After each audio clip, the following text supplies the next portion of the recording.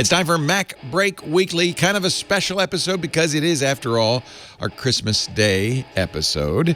This week, we're going to give you a best of, as we have in years past, some of the best moments from MacBreak 2018. Enjoy. Netcasts you love. From people you trust. This is Twit. This is MacBreak Weekly, episode 642 for Christmas Day, Tuesday, December 25th, 2018. Our holiday best of. MacBreak Weekly is brought to you by Calm, the #1 app to help you meditate, sleep, and relax. Give yourself the gift of Calm. For a limited time, get 25% off a Calm premium subscription at calm.com/MacBreak. And by Hopsy, the Nespresso, or Keurig, if you will, for beer. And just for the holidays, visit tryhopsy.com/MacBreak and use the promo code MacBreak to get the sub home draft system, 2 mini kegs of beer, 2 Hopsy glasses, and a free membership in the monthly beer club, all for only $99. Terms and conditions apply. And by Casper, a sleep brand that continues to revolutionize its line of products to create an exceptionally comfortable sleep experience one night at a time. You can save $50 towards select mattresses by visiting casper.com/MacBreak and using the promo code MacBreak at checkout. Well, hello, everybody. Welcome to a very special episode of MacBreak Weekly. We like to do this once a year. Karsten has worked so very hard to put together what we like to call the best of. What I like to call Daddy's Drinking Time. So we're going to take some time and enjoy some of the past memories. Are these in chronological order? They are in chronological order. Okay, so they're in chronological order, starting with the beginning of the year, the mini controversy. You might remember it, about the iPhone. Seems Apple was slowing it down. All right, let's talk about batteries, because that was the story that kept poor Rene Ritchie working through the holiday break. I'm sorry.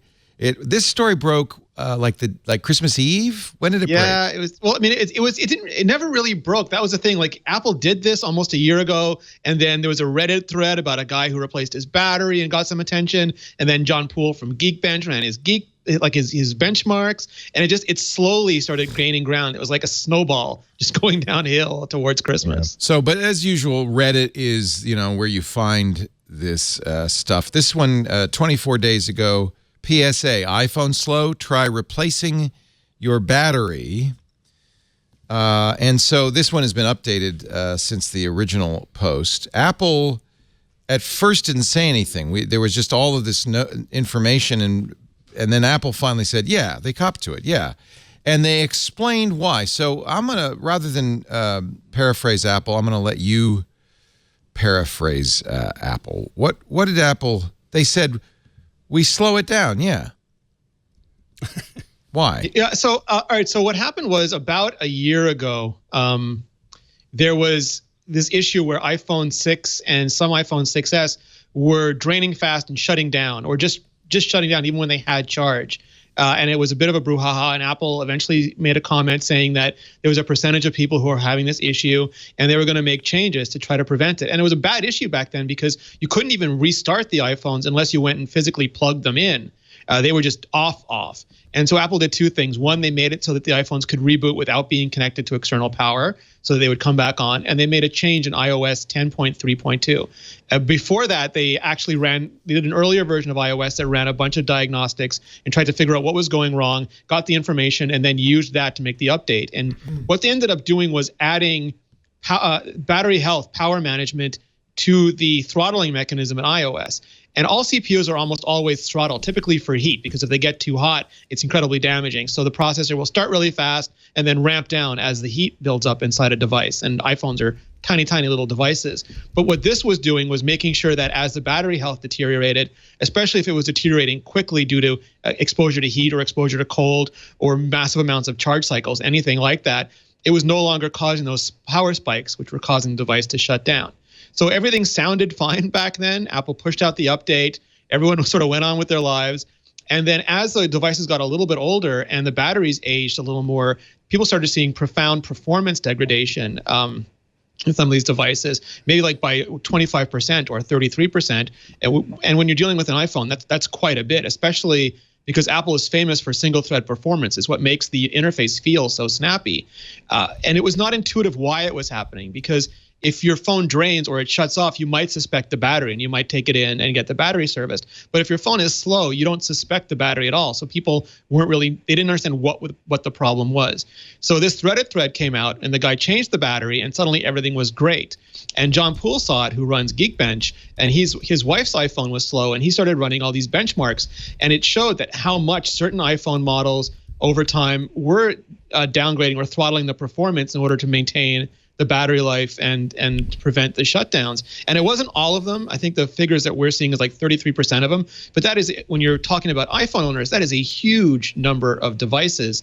So that became big news. And then Apple started, putting out statements. Yes, we're doing this, what they called advanced power management, which is throttling on the CPU. And then Leo, it snowballed further. Well, and part of the problem is that there's always, everyone keeps on saying that Apple's slowing down their phones. So there's a conspiracy theory that's been kind of that this is... It fits very well what people have been saying for a while, which is Apple wants you to buy a new phone, so when you get iOS 11, your older phone's not going to work as well. And that's just to prod you into getting a new phone. That's not for any technical reason. Now, let's give people a TLDR, because CR1 somebody in the chat room said, I had to explain this to every single family member yes, the whole holiday season. So let me try this, Rene, and see if this represents it fairly. Because batteries in phones age. All batteries age. All batteries. yes. And at some point, they won't be able to do the things they used to do. Apple, when in the operating system, checks the battery. If it's an older battery, it will keep programs from doing things that are really taxing to the battery. The choice would be the battery will shut down if it doesn't do this, and that means the phone will shut. So Apple prefers you have a slower phone, as you would probably, a slower phone with an old battery that still makes than a phone calls. that crashes all the time. Or that still makes phone calls. And this I learned today, Apple's software checks the battery, and if you put a new battery in, it immediately gets better. It immediately will speed up. So it's not that the phone is old, it's that the battery is old.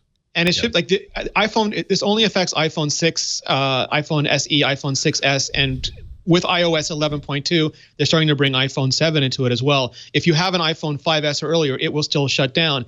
And this is not unique to Apple.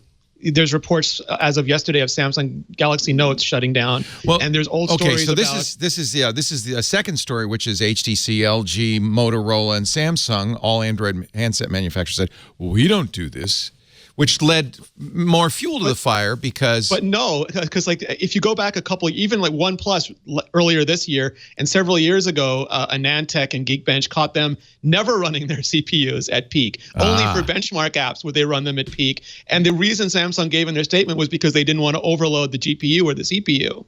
And that's the same. We have increasingly desktop quality processors in devices that have teeny tiny little phone sized batteries, and you can't balance those things. You only have to make choices about which one you're going to prioritize. You do in fact see this on even laptops. You'll get an i7 on a laptop, but because of thermal issues, you'll never see it run at full speed. It'll always be somewhat slowed down. So this is similar to that. And iPads will like iPads. The battery is so big that it doesn't. People have been asking about that a lot. iPads, the battery is so big, the density is so high that it never hit. Even when the batteries have to get really, really old before you start seeing any unexpected shutdowns or degradation. So they don't do this in iPads. They only do this in iPhones. No. Yeah, I thought the SE was fairly modern, but I guess it's an iPhone 6S. It's the iPhone 6S platform. Yeah. So it's the 6S, SE, and now the iPhone 7. But you wouldn't see this on a brand new SE or an SE that's less than a year or so old. How old does a battery have to be before you start to see this? Apple will only replace it when it hits 80% capacity, which is the magic number for them. But you might see this when it starts getting to around 85%, which was also part of the problem because Apple Care didn't really understand it, and they were refusing to replace batteries that didn't hit that magic 80% number.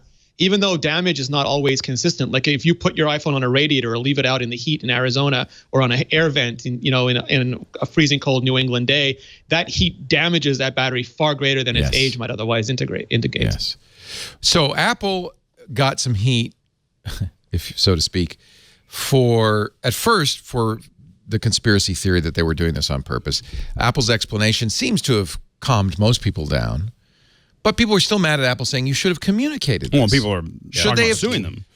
And there's a $999 billion lawsuit against Apple. So I feel really bad about this because Apple did, like, I don't know who was briefed, but Apple did briefings for iOS 10.3.2 and their phone briefings where they sit you down, and Apple's marketing team are incredibly smart. A lot of them have engineering degrees. They really know their products. And they explained the issue and what they were doing to it. And they talked about advanced battery power management. And I never asked what that meant, and I didn't bother to explain it. But there's no magic involved. They didn't hide it. They just nobody asked them. Well, but they should have expressly said we are doing exactly A, B, C, D in order to fix. But the term they used was advanced, and I know what power management is because they throttle for thermals, and I understand basically how the system works. And it never occurred. They never explained it. I never asked. Yeah. And a year later, I feel like a complete moron. And it's not entirely on me, but I do feel my responsibility. No, that's totally beside the point. It's like I just last month or the month before, my MacBook battery started to die, and I got a warning from the operating system saying, "Hey, your battery is starting to become really, really unhealthy." Followed by, "Hey, your battery is definitely broken. You definitely need to get it replaced right now." So we have to wonder what Apple's excuse was for not putting up some sort of a dialogue or some sort of a checkbox at some point saying, "Hey, I noticed that your battery is really, really old. I think you're going to want to get the battery replaced soon. It's also making sure people know that if you go to the Apple Store, they'll charge you only about like $99 out of warranty, $79 or something when it's closer to warranty." Or at least just inform people that this is what's going on and this is what we're going to do to make your experience better. And that people would have liked that, as opposed to all the people that in the past year have come to me saying, "Hey, my battery, for some reason, my phone is really, really slow all of a sudden. I don't know why that's happened." And people leaping to the conclusion that Apple has intentionally slowed down my phone because they want to get me to buy a new one. At which point, I have to explain to them that Apple is really, really good at making you make an emotional decision to buy a new phone without crippling your old one. I mean, this was clearly a problem over the past year, and was something that as simple as tell the pilot the status of their aircraft at all times. There's no reason for Apple to have hidden this from the user. So it doesn't matter whether Apple should have briefed the press or briefed other people about what was happening last year. You tell the user that I'm going to make your phone go really slow right now, and this is why I'm making that happen. And if worse comes to worse, if you would rather just have the phone die at 40%, that's up to you, but here's what's happening with your phone and what we want to do about it. So there was a problem with this. So there was a dialogue. Apple did put it into the battery settings, but it wasn't a pop-up. You had to go look for it. And also it seems to be triggered way too late in the cycle. Like you seem to be down throttled well before that dialogue. I was actually talking to John Poole on a podcast. He's like, "I never got a dialogue." And there it is. It happened so he saw it. How funny. Yeah, how funny. Which was much later than when he ran all his tests, which isn't really helpful to him. Right. And I think it almost would have been better if Apple let your phone fail once. You absolutely understand the problem. And then when it came up, it said your iPhone shut down unexpectedly. We can manage this so it won't happen again, but you will have reduced performance. Do you want to do that, or do you want to make a Genius appointment? And I think a lot of times, Apple works pretty hard at not having people have to make decisions. I think that's if Apple fails in communication, it's always that. Yeah, it's always we'll do it for you. You don't need to know this. We're just going to handle it. And they're right. 99% of people wouldn't notice, except for all the news stories. Right. And it fits in with a conspiracy But theory. I had I think they did the right thing, though, because now they've announced, final point in the story, that they're going to offer battery upgrades for $50 off, $29. $29 is great. It's nothing. Yeah. What's the criterion for that? Do you have to prove that it's 85% or 80%? No, so 80% was the old criteria, but it's my understanding, and I think Apple's going to talk about this later today. It's my understanding that, or they gave Mac Rumors maybe a comment about it already. They're going to They started doing it way before they originally said. They originally said they were going to do it mid-January because they wanted time to ramp up supply. But they said they're going to start doing it now, and they'll ramp up as they go. And apparently, they're not going to worry about the diagnostics. Like maybe if you bring a brand new phone in, they'll say, "Dude, this is a brand new phone. It's 100%. You don't need a replacement." But if your phone is anywhere has any sort of significant wear to it, I think they're just going to replace it. No questions asked. Your review, or you call it an unreview, of the HomePod emerged today along with Nilay Patel and Joanna Stern. Joanna likened it to the bottom half of a sesame bagel compared to a everything bagel. She only knows New York bagels, Leo, so that can be forgiven. Not Montreal bagels, not the same. No, see, I have my little friend here. I think, yeah. Oh, you got it. You've had it for a week when you wrote the review. Almost a week, yeah. So one thing I learned from Nilay Patel's article is that Apple has a materials department, a soft materials department that made the wrapper for the HomePod. The acoustically transparent cloth mesh. And there's a cloth cord even. Yeah, I can hold it up. I hope this is more resilient than the Lightning cords and the MagSafe cords, because then I'll want it everywhere. I know, it's really beautiful. It's hardwired though into the back of the HomePod. Oh, that's too bad. Yeah, so you can't just buy it here and then flip it to South African power.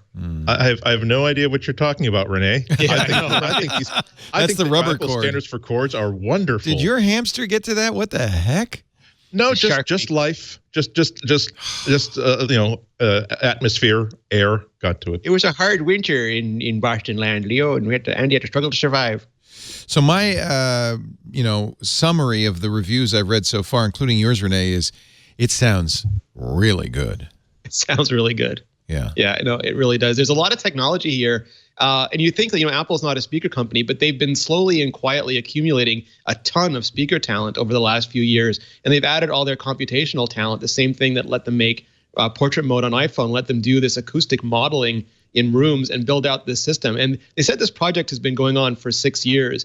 Nilay and myself and some other people got to tour their giant secret sound lab, which was astonishing in its size and the tools and stuff they had there. And they deliberately created it to be able to make a 3D sound stage just from one speaker, and it really punches above its weight. It's pretty cool to listen to. So was this why you were in Cupertino? Was for this tour? Yeah. So yes. You and Jim Dalrymple has the article and pictures on the loop of it. So tell us about this. This is the anechoic chamber that they use to test, and of course every speaker company has one of these. So I went in with some other analysts who had done those kind of tours before. They said it was very similar, although it was on a scale that they'd never seen before. Like there were more rooms, and those rooms were bigger and had more stuff in them. And I think that's what happens when you have Apple's budget. Yeah, as we'll learn later in the show, Apple is on a scale that no other company is on. No, totally. And so there was one room that. It was a room within a room that was being suspended, and there was a wire mesh floor that you're not allowed to jump on as a trampoline. I learned that very quickly. And it has just cardboard acoustic. Sometimes there was cardboard acoustic tiling, sometimes there was foam acoustic tiling, and they had these huge loop arrays of speakers and microphones so they could beam stuff at the HomePod, pull stuff out of the HomePod, and just little HomePods in the middle of this whole room. And what's really cool is they had the iPhone team, and they have a whole iPhone vibration team whose only job it is to make sure the iPhone doesn't buzz or make low frequency sounds or do other things to disturb you, and to make sure that no matter where you put the headset on your ear, it sort of tries to beamform the sound from the speaker into the position that you're holding it. And they brought it in so that if you were asleep and there was no sound, you wouldn't hear any buzzes or vibrations or anything from HomePod, or you wouldn't hear any sort of noise distortions. And they went from room to room. They had a bunch of Apple employees who were testing it, and they got acoustic models back from them. Then they built a room that was the average of all the different environments that it was in, and they could tweak that to sort of figure out what it was like with ambient noise. And they had a room that was made out of concrete and steel, feet and feet of concrete and steel, that isolated all noise down to -2 decibels. And when they closed that door, it was just the most unnatural sort of feeling in the world. And they're using that to test sort of like noise coming out of the device. It was all super interesting. Boy, after seeing all that, you'd be hard pressed to not think this thing sounded better than anything else. But does it really? I mean, seriously, can you put that out of your mind that they did all that and listen to it? Here's one of my concerns. It's very easy, and everybody does this. There's what we haven't seen yet is the graph of frequency response, which we used to see. Stereo review every time there's a new system, they would have from 20 hertz to 20K, you know, the frequency response. And you want flat frequency response if you want an accurate speaker. But as JBL learned early on and many others, Bose, nobody wants a flat speaker. You want a speaker that's tweaked to sound better, which often means little bumps in the equalizer at certain places. The problem with doing that is that it sounds better on some kinds of music and not on other kinds of music. And that's one problem with a lot of modern day speakers is that they sound great with modern pop music, but you, Andy, put them on your, you know, Donna Demero thing on opera, and it's not going to sound as good. And that's tricky. Now, I'd be interested. Apple might be smart enough. They're putting enough power in this thing. It's got the brains of an iPhone 6 to know what kind of music's playing and to change even the frequency curve. So does it sound fine across the board? Did you do a curve? Do you know what its curve is? No, so I'm the opposite of an audiophile, and I was approaching this like, would an idiot like me actually even notice a difference compared to different speakers? But they did explain as part of the tour that they made sure they did everything in those rooms to make it absolutely scientifically perfect, to be that sort of that neutral speaker. But you don't really want that, I think. No, so then they handed it off to the team of fussy audiophiles at Apple and the people who are artistic about sound, and they tuned it for human beings. Is there a way in the settings to say what the frequency response is? Not that I've seen, and it is continuously modeling, so it senses for any change in the room. It will sense changes in volume and remodulate everything so that the bass doesn't get deformed if it's too low or the volume is too high. So it's continuously analyzing everything about itself and all the reverberation and echoes and everything to make sure it sounds good. So I don't know specifically that it's adjusting for kind of music, but it is always adjusting for whatever metrics it can pull out of the environment. Here's, just for eye candy while we talk about it, iJustine unboxing her HomePod. And probably she's not conscious of this, but I noted she's not only wearing a Series 3 Apple Watch, but also a slave shackle bracelet. So she's got kind of the both worlds in there somehow. It's bigger than I thought, or maybe she's smaller than I thought. I don't know. It could be either one. Nicely boxed as usual. Beautiful cable. Normaled into the speaker, which is usually not a good idea because if it frays or breaks, you have to bring it to Apple to fix. Or Burke. Burke could fix it if you have a Burke. Round Apple sticker in there. So did you play it on a variety of music, Rene? Yeah, I asked it to play a bunch of, it starts off when you set it up, it asks you to ask for music right away because you don't have to do any sort of true play tuning, or you put the little speaker in the room and try to find the sweet spot. By the way, let's look at that because she's showing the manual, which is a simple trifold like most modern manuals, but the setup is really cool. Yeah. Tell us about that. So it asks you to ask for a song, and then it tries to pick a song based on its understanding of music that you've liked in the past. And as soon as it starts playing that song, it starts detecting the acoustics in the room, and then it does all its self-tuning. And that takes between like 1, 2, 3, maybe 5 seconds. And it has an accelerometer in it. So anytime you move it, it'll automatically rerun that. No, so there's no separate. Cool. Yeah. There's no separate audio run, or there's no like to go through. Right. It just does it on its own. I also note that it pairs instantly, just like the AirPods do. When you open up when you put the phone near it, yeah, it just pops up. So you do you? I think you'd have to have an iPhone or iPad, right, to use this? Yeah, you absolutely do. I have the whole setup. I put it up on iMore on YouTube.com/iMoreVideo. But you have an iPhone or iPad. The little AirPods-like interface comes up, and you just tap your way through it. And there's a few choices to make. And it's smart, too. Like, if you have accessibility turned on in your phone, it'll automatically enable accessibility or touch accommodations or any of the other accessibility features on the HomePod as it's setting it up. If you have Siri set to male American or female British, it'll copy that over for you while it's setting it up. Let me go to your iMore review because I want to show your setting up of the HomePod instead of hers. Well, mine is just the setup, so you don't have to sit through the unboxing. I did a separate one just for the setup. Yeah, nice. But it works. Sorry.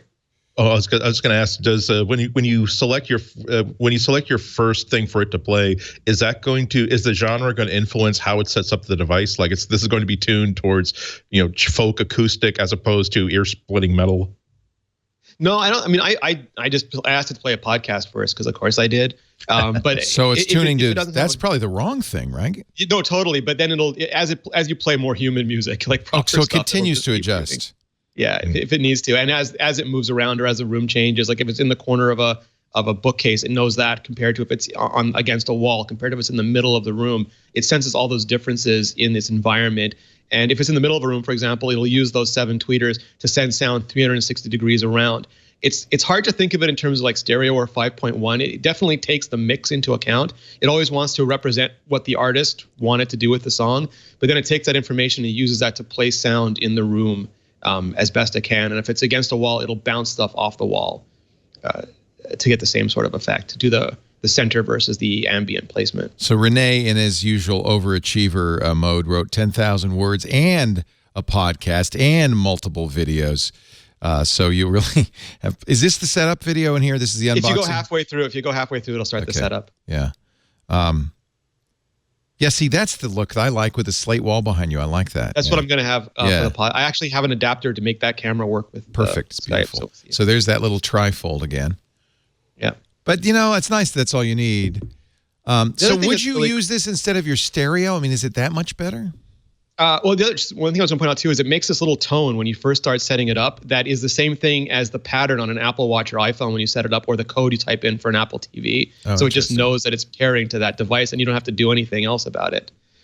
You also place it. It's asking where are you putting it in the house. If you have HomeKit set up, it'll ask you what room you're putting it in. And that way, if you say turn off the lights, it knows you mean the lights in that room. And you can say turn off all the lights if you really want all the lights, but it's aware of which HomeKit room it's in, for example. Because, of course, Apple wants you to have one for every room. Well, it's also useful for security. So, for example, you can say, I want to let anybody AirPlay to it. I want to only let people who are on my network, which means you've shared your Wi-Fi password with them and you trust them, or I only want to share it with people who I've shared my HomeKit home with, which is generally only your family. And that prevents like Jim Dalrymple driving up and streaming Ozzy Osbourne to you in the middle of the night. Which he would. If he could, he would. He totally would. It's just he wouldn't come back to Canada to do it. But he totally would. Hi, Rene. That's cute. Well, yeah, and it says, it's like you can't tell, but I'm smiling. It does all these little sort of, it's very human. I mean, like that's the one thing that I think Siri and Amazon get really right, in that they make it almost like a character that you want to talk with. And I get that Google is like, it's the Star Trek computer, but I find when it's a character, when I find that a character is just more relatable. And someone was asking me, like, they find it very uncomfortable to talk to it. But I think if you think about it, like Gem and Synergy, or Michael Knight and Kit, once it has a personality, it becomes more approachable to you. It looks like you found a new friend, Rene. So I have a Sonos. I don't have it set up now, but I have a Sonos home theater system, and I've been using it for years. I have like probably 7 Sonos speakers by now. Yeah. And it sounds unmistakably, even to my non-audiophile ears, unmistakably better than Sonos. There was an audiophile on Reddit who said it was about 20% better. I don't know what that means, but I can hear that it's cleaner, it's crisper. It sounds fresher and brighter to me. Does the bass? Yeah, I could hear the brightness on it, but how about the bass? The bass is good. The only thing that I find weird about the bass is I'm used to having a Sonos sub, and that's big and boom, and it rocks the floor. Yeah. And Apple went out of their way to make this not like it sits on the shelf, and it's not supposed to knock itself off the shelf. Yeah, it can't. So I do miss that. But if I didn't have Sonos, I would get this immediately. And even though I have Sonos, when AirPlay 2 comes out, I would strongly consider, I'm a nerd, I'm going to do this anyway, but I would strongly consider a paired match of HomePods instead of a Sonos Theater. I just wish Apple had a dedicated soundbar mode that if I wanted to, I want to say, just right now AirPlay is great. It's sticky. So you pair it to your Apple TV, it'll keep doing AirPlay. If you ask questions, it'll pause what you're watching, answer the question, it'll say play, pause, all those things. But if you do anything else with it, if you do a different AirPlay stream where you ask for Apple Music, you then have to go on and repair it. And it's just swipe, click. It's not hard, but it's annoying enough that I wish I could just say dedicate this HomePod to the TV. I know what I'm doing. Pretend it's a sound bar. Right. I hope you're all going to have a wonderful holiday season. Hope you enjoyed your turkey time. Hanukkah's already come and gone practically.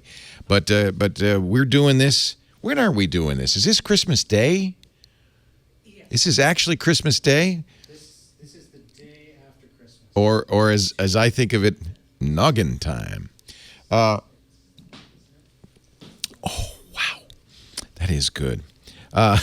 Somebody pointed out, say thank you, that my eggnog had expired. But tastes brand new to me.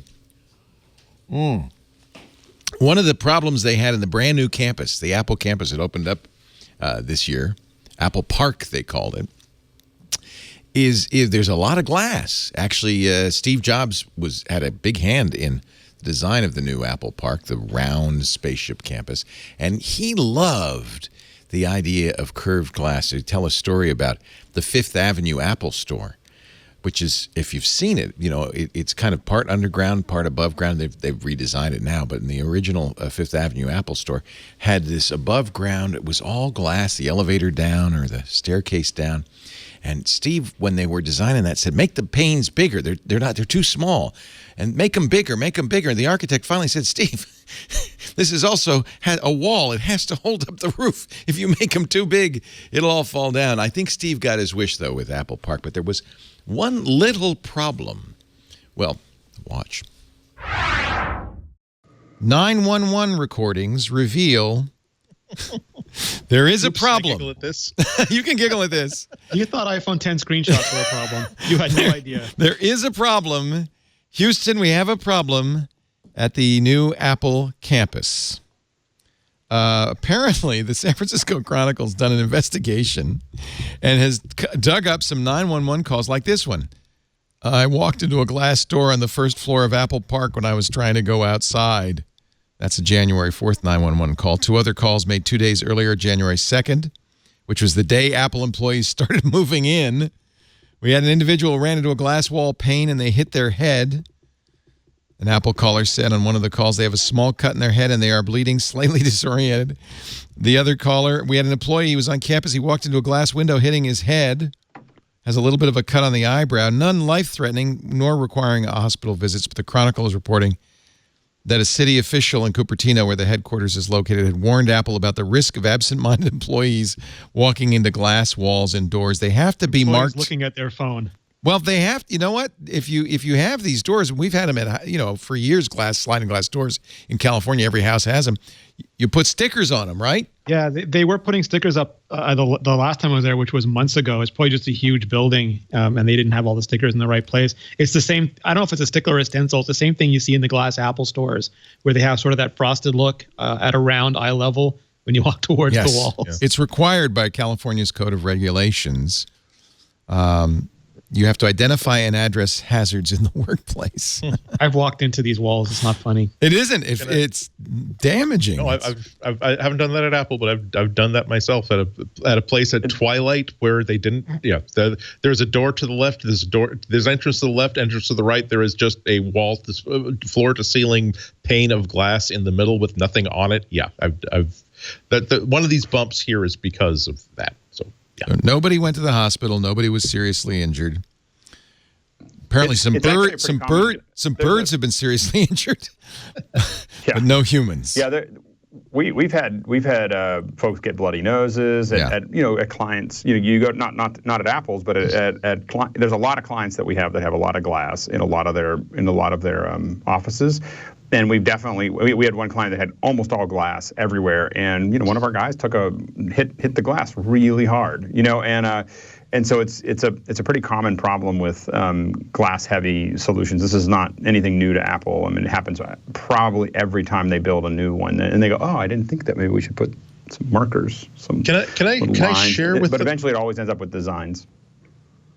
Can I share with them like a little trick that I came up with at my old place? I did have big sliding glass doors, and every time that I would get like a new iPhone, and remember when they used to have like those adhesive covers on them for display purposes I always used to put when I was as soon as I signed for the package, I was wrestling to get to my office with it. I would peel it off, unpeel it, and put it on the glass.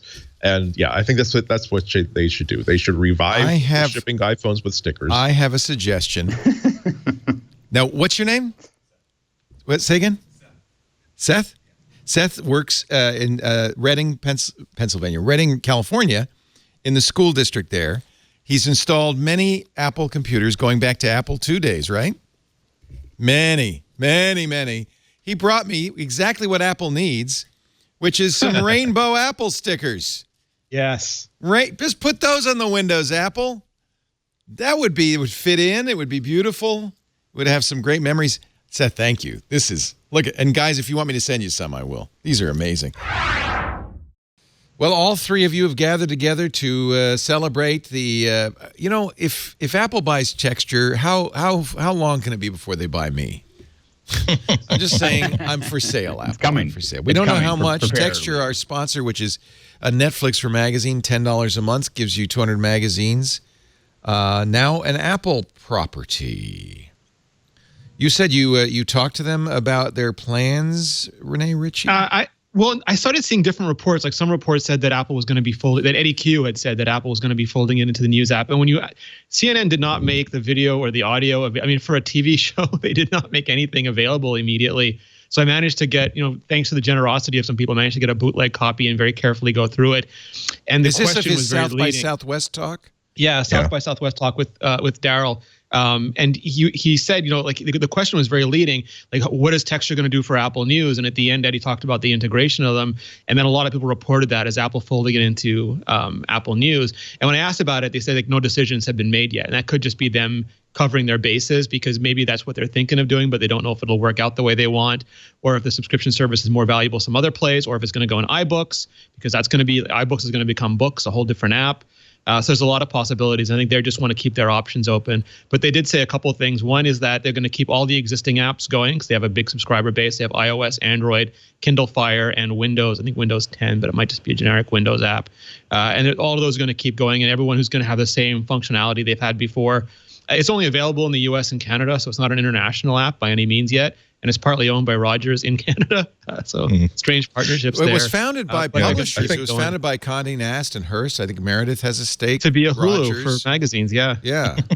Yeah. I mean, it's easy to see how a lot of the conversation got misconstrued. He was, I thought it was a lot of interesting stuff he was talking about how the point he was making was that it was part of a larger sort of philosophical initiative to talk about the Apple News app as curated news, as a place where at some point some human with an IQ larger than room temperature has looked at this news article and said, okay, this is not garbage. We will let the Apple News app see this. And so he was talking about Texture as magazine content because it's been bought and paid for, because it's not generally news of the last 45 seconds. It's a little bit better vetted, so he felt as though it's a better addition for that larger portfolio of like Apple News and Apple content, as this is a safe place. You can trust what we're talking about right here. I'm sure it'll be Apple treat it the same way they did PRSS. The digital magazine platform they acquired 3 years ago that was never heard from again. I mean, they had a long record of, there's the newsstand bodies still littering the streets.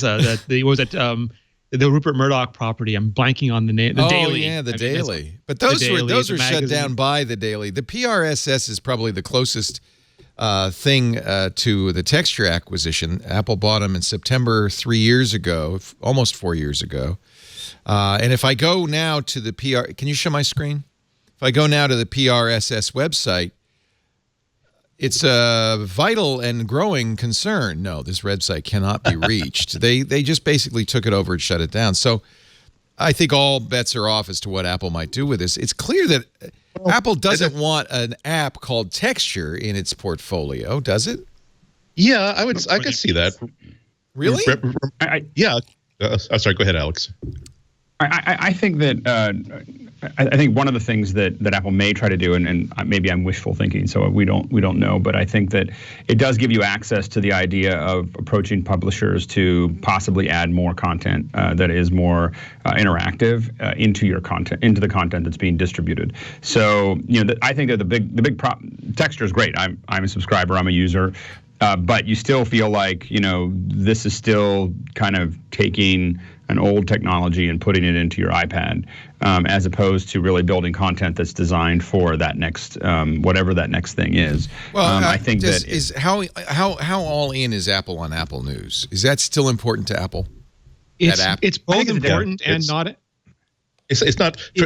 I'm sorry. I'll make it very quick. I think that Apple News is not so much the app itself, so much as the conduit. So long as it's part of that dashboard, the first thing you want to look at when you wake up, and the thing you want to keep dipping into as the day goes by. I think that's a very important strategic solution for them. So this would make sense as something that would, as Eddie Q did or did not say. What was the actual quote, Rene? I actually spent part of the night transcribing it, so I would have it available. All right. So the question was, how does acquiring Texture advance the grand strategy of Apple News?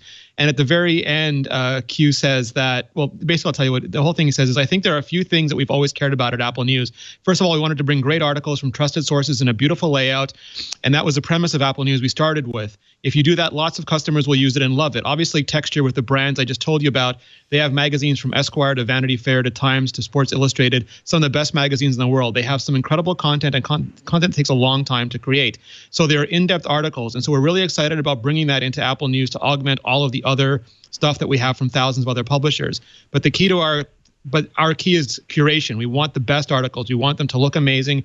We want them to be from trusted sources so that we don't have a lot of the issues that have been going around in the marketplace. So I can see why that was synopsized as they're going to fold it into Apple News. That's sort of what it sounds like. The other point it is Schrodinger's app in several ways. It is Schrodinger's app in several ways because it came out, it launched in the US, it quickly went to the UK and Australia, and then it stopped. Apple put out Apple Music in 100 countries at the same time, the same day. They haven't done that for News, but they have spent a lot of time improving the features of News. It's got Siri-based machine learning intelligence. They've been doing a wonderful job. Now they're doing March Madness, but they did the Winter Olympics and they did the Oscars. And they've got a huge team of editors. They've hired an editor-in-chief.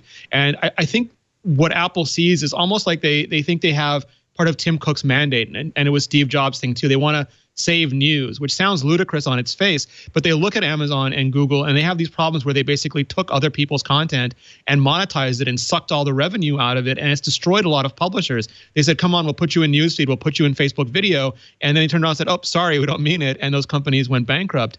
And I think that Apple has almost like an Aaron Sorkin-esque romantic feeling of what news can be and what news should be and how it can power and inform and create communication. And they want to, as much as they can, use iOS as a platform for doing that, similar to how when they acquired Beats, they used that as a platform, sort of create an all-encompassing music library in the sky.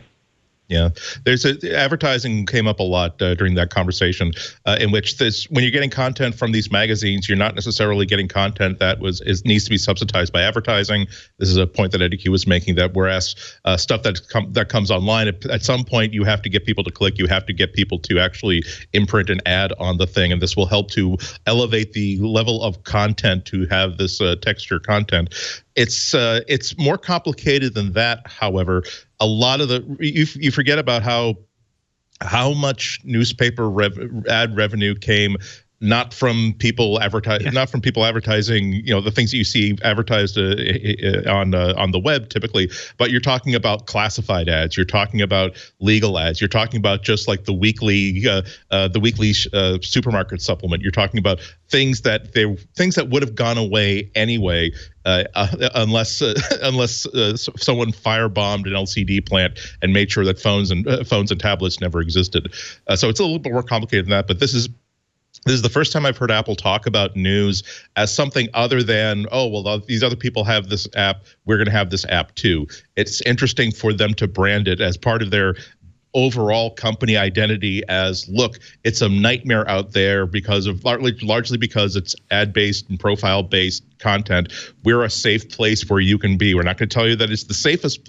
It's a objectively no danger of anything happening everywhere, but at least you can trust if you click on an Apple News app that there are fewer shenanigans going on than maybe you would find elsewhere on Facebook and Google.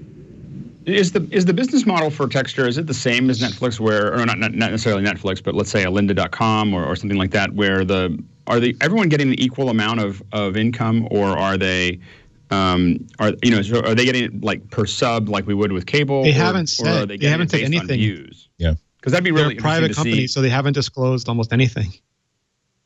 Right, because it's interesting. It'd be interesting to know whether it's based on like how many people are reading your magazine, as opposed to like maybe you get a base amount per sub and then a higher amount based on usage, and I'd just be curious, how that looks. But I do think that what Apple gets access to, depending on how they use it, is a lot of walled gardens. A lot of the content in those magazines is not ending up in Facebook, is not ending up in a lot of these things, because they don't make it available unless you're a subscriber. And so I think that those are things that are now going to be accessible in the news feed that haven't been and it may increase that.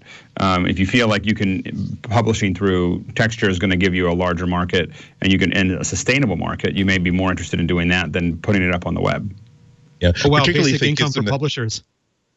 Well, but particularly if this deal gives them the launching pad from which to develop deeper relationships with magazines like the New Yorker, with Esquire, because they have deep content.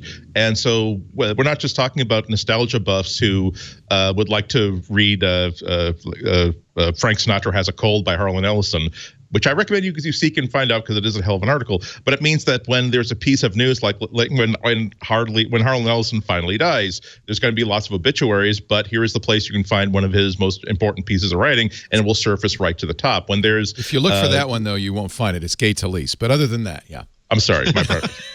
Well, I would like to read Harlan Ellison's version of that, however. Oh, no, I forget because I forgot because one of the key scenes in that is Harlan Ellison picking a fight with Frank Sinatra. It's a wonderful article, which everybody should read. More of our holiday special coming up in just a bit, but this time of year, it's a stressful time for all of us. New Year is coming, right? And it would be also a good time to make a resolution maybe about handling stress in your life, finding a new way to be calm. It's our new sponsor, Calm, CALM.com, the #1 app to help you meditate, to help you sleep, to help you relax. Apple's app of the year last year, a part of Apple's best of 2018 list this year. If you head to calm.com, I have to say it carefully, calm.com/MacBreak, we've got 25% now. This is calming. 25% off a Calm premium subscription, hundreds of hours of programming. I really love listening to Calm. Yeah, if you go to the webpage, you'll get an idea of what I'm talking about. It's just beautiful. Guided meditations. They cover a lot of the kinds of issues our modern lives are filled with. Anxiety, stress, focus is nice.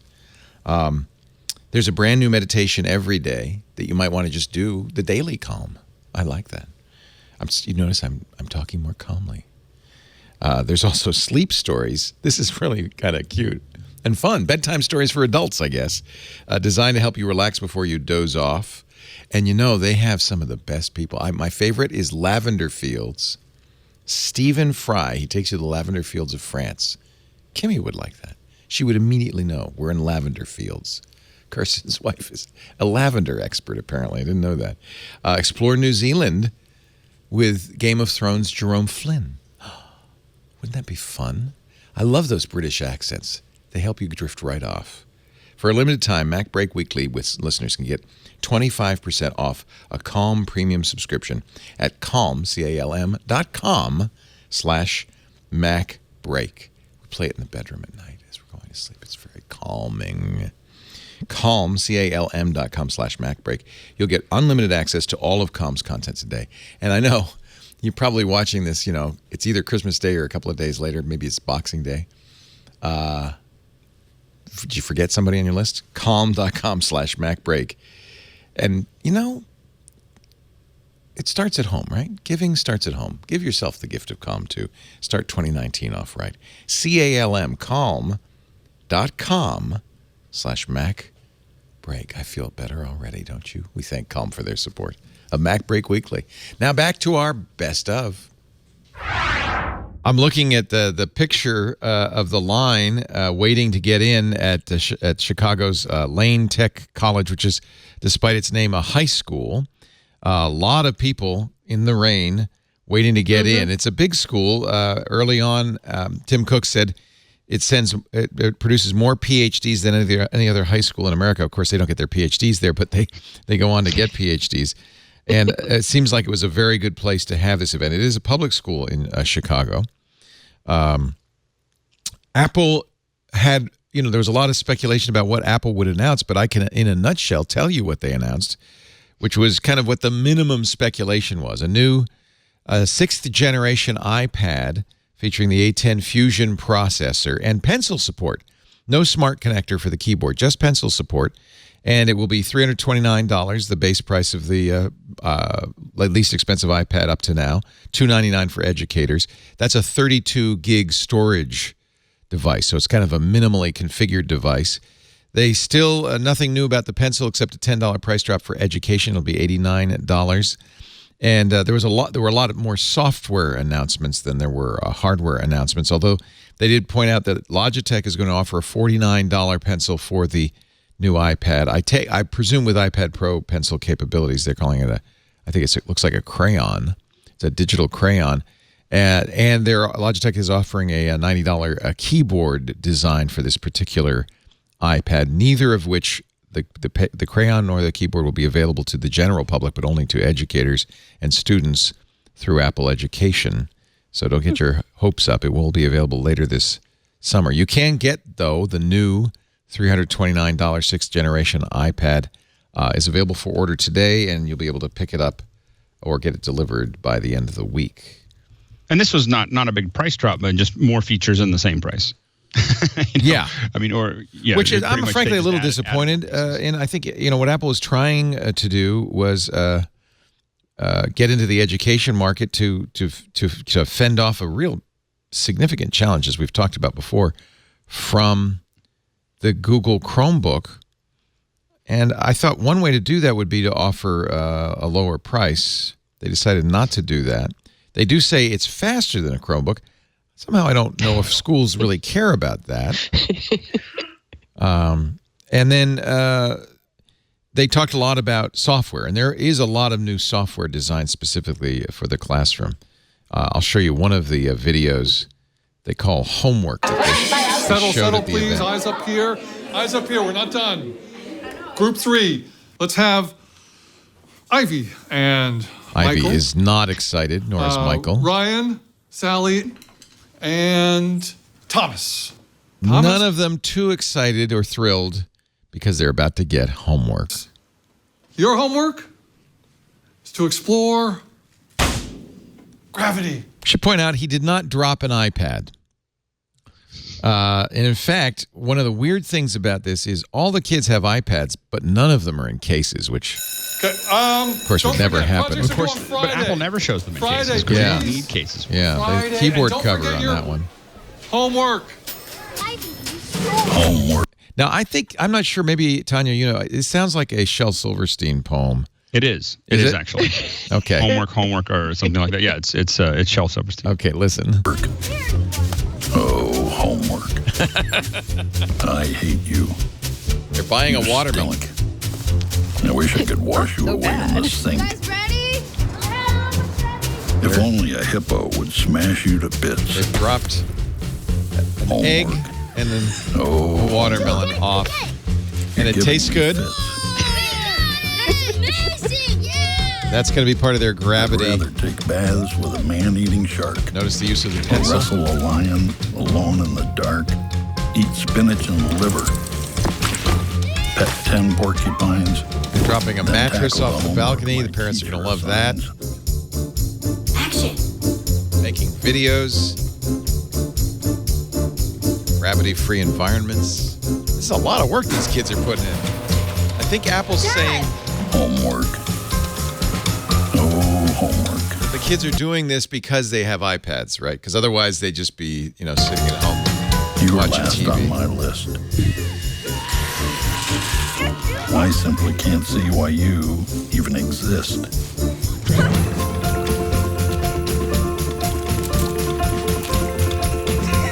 These are the most creative kids I've ever heard of. If you just disappeared, it would tickle me pink. Next up, Group 3. Homework. Oh, homework. I hate you. And now they're showing their video. But we won't get to see it because we are adults. And adults. But I'm sure it was amazing. I'm sure it was wonderful. So they have some new software that will let teachers monitor classroom performance, share assignments with kids, I think the biggest announcement from my point of view, from most people watching's point of view, is they're finally going to update iWork. And it looks like, and I bet you have some interest in this, Alex, they're going to take iBooks Author, which you were really excited about when it came out, but really did not take the world by storm. And they're going to fold all of its capabilities into Pages. So we'll see if they fold all of them or most of them. I have a feeling that, for me, this is kind of falling backwards a little bit as far as going from iBook Author to Pages. Pages is fine, and I'm sure that it'll be more. You'll get more books out of it than having a separate application. Now people can just use that. I think that not a lot of people use iBooks Author, and not a lot of people use Pages, and so maybe you can get them to combine into a reasonable number of people. So I think that Pages has always been for me a little heavy. It just feels heavy when you use it. It's not. It's just it's not as responsive. It has lots of great media tools that just feel slow when you're working with them. So, it's not something that I've used, that I even use heavily. And so I think it'll be, to create something that is a slightly better book, I think that Pages is going to be great. I still think they're missing the opportunity to build something great. The new Pages will have pencil support. Users will be able to add drawings and use something called Smart Annotation. The underlines and annotations aren't just illustrations sitting on the page. They're somehow attached to the words around them. So I guess when you reflow the document, the annotations, you can see here in this animation that go around with it. Pages will also allow book authors to include photos, videos, graphics from Apple Pencil, and more. Share finished books into iBooks. That was kind of one of the key features of iBooks Author. Group authoring will be enabled. Teachers can, in fact, group support for all the iWorks apps will be enabled. Teachers can annotate, send in documents to mark work. There'll be a new presenter mode in Pages, transforming the iPad into a teleprompter. You can set a screen of text to auto-scroll at an adjustable speed. And then there's a new app for teachers called Schoolwork, which lets teachers dole out digital assignments to students. Apple also talked a little bit about the augmented reality capabilities of the new iPads. Actually, it's the same as the old iPads, except there's a faster processor. But they did point out that there are going to be a lot more AR apps for students in education. Schoolwork will also support ClassKit. We'd heard about ClassKit before. It's in iOS 11.3. That means third-party apps can link into and out of Schoolwork. So I imagine that'll happen as well. I am not an educator. I've had some, I've worked as a trustee for a high school for 6 years, and I have had kids, as you have, Tanya, in school, as you have, Alex, as well. I'm not blown away by this. I actually had hoped Apple would do maybe a little bit more for education. It's great that Apple celebrated education, but I thought they would do a little more. You agree, Tanya, or disagree? Well, it seems incremental. There's nothing here that's really, surprising, but it seems as though Apple is kind of waving their hand and saying, hey, we are thinking about education and we are taking some baby steps. And a couple of the steps they took, I think the Schoolwork application, we have to see how it will really work in the real world, but it seems like a positive step. And one thing that I noticed was that they will now be supporting on iPads bought for education, the ability to have more than one account on an iPad. That huge. Sounded awfully interesting. And particularly for a school that's trying to get iPads into the classroom, but they can't afford one iPad per kid. That could be pretty huge, depending on how it works out. We don't want the kids to have to spend 20 minutes a day just logging in and out of their iPads, of course, but hopefully it will be much more smooth and elegant. So it feels like Apple's putting a number of things out there, kind of almost to see what might become most popular, most used. They've got the AR, they've got the idea that kids could be doing a lot of digital media creation, they've got the pencil now, affordable. It's a much more affordable iPad that you can now use the pencil with. So it gives teachers a lot of different directions and schools a lot of different directions they could start moving ahead in if they so wish. Apple also, I think by making this announcement and choosing to go in this direction, they're saying once again that they're really not planning to come up with anything like a Chromebook competitor. They're doing something really different. Yeah, this isn't so different at all. In fact, Apple showed things like this, dissect a frog application, Frogopedia, so you can dissect a frog with a pencil, but not a real frog. But this has been around for a while. What's new is that you can use a pencil to do the dissection. It's an augmented reality app. It might be better at using a pencil than your finger. But yeah, I'm actually a little disappointed. I was hoping to see more, frankly, from Apple. Not necessarily more hardware, but just more aggressive support for education. Maybe even some subsidies and bigger discounts. It doesn't feel like this is something that is going to change the equation when it comes to schools and the iPad. Alex? Yeah, I don't think that they're trying to take over. I think that they are taking the schools that are on the edge and trying to lean them a little bit their direction. So they're handling a bunch of the management issues that were definitely way behind, and then trying to show where they stand out against the Chromebook. There's just a lot of those very interactive, very fun things that they're showing there are definitely more difficult to do on a Chromebook than they are on an iPad. They're obviously not they're not trying to be a Chromebook because that's going to be harder to go down that path. But I do think that they are trying to show where they tried to look for areas in the education market where they exemplify. The big story of the week this week comes from Matthew Panzarino in TechCrunch. I don't know. He didn't mention anybody else being there. He was one of the 5 journalists invited to Apple last year during the famous apology tour where Apple said, oops, we blew it. The Mac Pro is a dead end. We have painted ourselves into a corner, and we won't have one for you this year.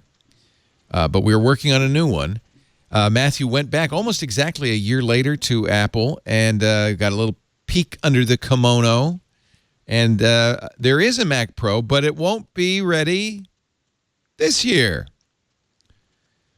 Yeah, wouldn't it be great if they at least showed off something? I think one of the nicest things, or one of the most valuable things that came out of that piece was Apple's acknowledgement that their normal position of utter secrecy and denial until they actually unveil the thing was not working out for people who, have to make plans for buying new hardware at a certain set rate of time. So they made the point of one of the reasons why they're conducting these interviews and making these semi-announcements was to reassure people that here's what we can show you to reassure you that if you are going to be in a position where you're going to need new hardware in 2019, we might have something for you. But if you need something this year, you best make other plans, because that really does kneecaps a lot of people.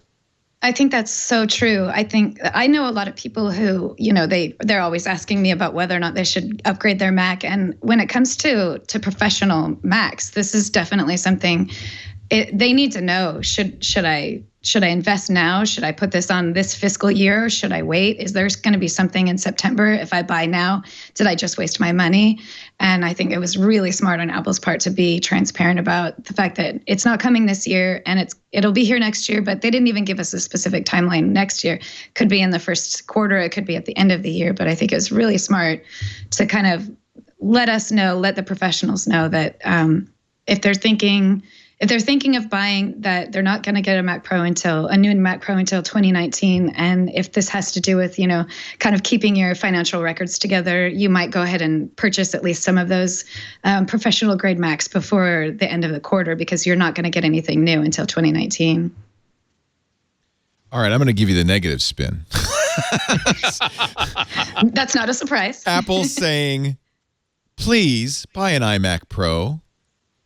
They're saying, I mean, you're right. It's that message, but you feels like you're saying, oh, isn't this wonderful? But really, what it's Apple saying is, look, just buy the iMac Pro. Please don't wait for a Mac Pro. I understand that's of benefit to some people, and I even said they should tell people if they're going to make something this year or not. But it could also really be that they're saying, buy the iMac Pro, please buy the iMac Pro. I don't know that's really what they're saying, though. I mean, do we want the choice here seems pretty clear. Apple can try and release something because people expect it, or they can wait, make sure it's ready, and a whole new modular design, whatever that turns out to be and whatever the form factor turns out to be, will be released when it's actually ready to go. Imagine if they released something that really wasn't up to what they wanted. People would be all over it, and we'd be slamming them, saying, why didn't they wait? So instead of doing that, they come out and say, we're not going to have it this year. Make your plans. If you want to buy an iMac Pro, that's, people can do that. It is a powerful machine. But if you want to wait for this new modular design, then here's our sort of timeline. Yeah. Next year. You don't really have to imagine that's not a bad thing. We did see that with the previous Mac Pro, to be fair. Here is something that you have not been asking us for that does not meet your needs as you choose to define them. Good luck. But innovate my ass. Tom Boger, Senior Director of Mac Hardware Product Marketing, Panzerino quotes him as saying, we know there are a lot of customers today that are making purchase decisions on the iMac Pro and whether or not they should wait for the Mac Pro. He doesn't finish that sentence, but I think I can finish it. Don't wait. Right? Well, that's correct to a certain extent. Again, it's valuable to let people know that if you were holding off for, let's say, WWDC particularly, to say that I bet that they're going to announce something then, to have at least a year in advance knowing that nothing is coming in 2018. You don't need if this isn't waiting for Godot, you may as well leave the barren spot with a tree, go back to your motorhome with a microwave oven and the TV, because you're going to have to dig in. I think Apple is also savvy enough to know that a lot of people. This frees up them to not simply say, well, I'm just going to have to buy an iMac. It does free up a lot of people to think, okay, this is where I switch to Windows because I can't wait another year and a half. That's not what Boger meant. That is not the rest of Boger's sentence. No, I know that's not what he meant, but that is part of the effect. There are a lot of pros that will wait. Yeah. And some of those industries, including music, are already a bit further behind than what they already have, because in music, I don't know about video or photography, but in music, once you get your system set up, you leave it alone. Right. I mean, sometimes there's no updates, there's no nothing, because it's working, it's recording, and any downtime is money. And if they do get a new machine, a lot of times they'll run that in parallel to the old machine that they know works. So that a new machine is going to come with the newest operating system, and a lot of times that won't work with some music software until it's updated. That's a good point. So even my music machine, the one that I record all my things on in Logic and Pro Tools, is always an operating system behind.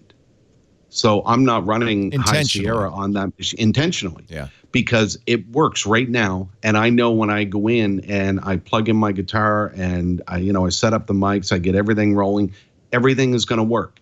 If I update something, it could break. So my point is, for those industries, it's not necessarily a bad thing that they're waiting a year. They're not going to care that much. Next year, studios may bring one in. But you're not. I'm going to bet, Jim, you're not using the trash can Mac Pro either. I am not. I'm using an iMac. Yeah. So because that's the real problem. People who bought, as I did, a Mac Pro in 2013 are now sitting in year 5 saying, oh, another year? Right? But I don't think that they're going to buy an iMac Pro. They're going to.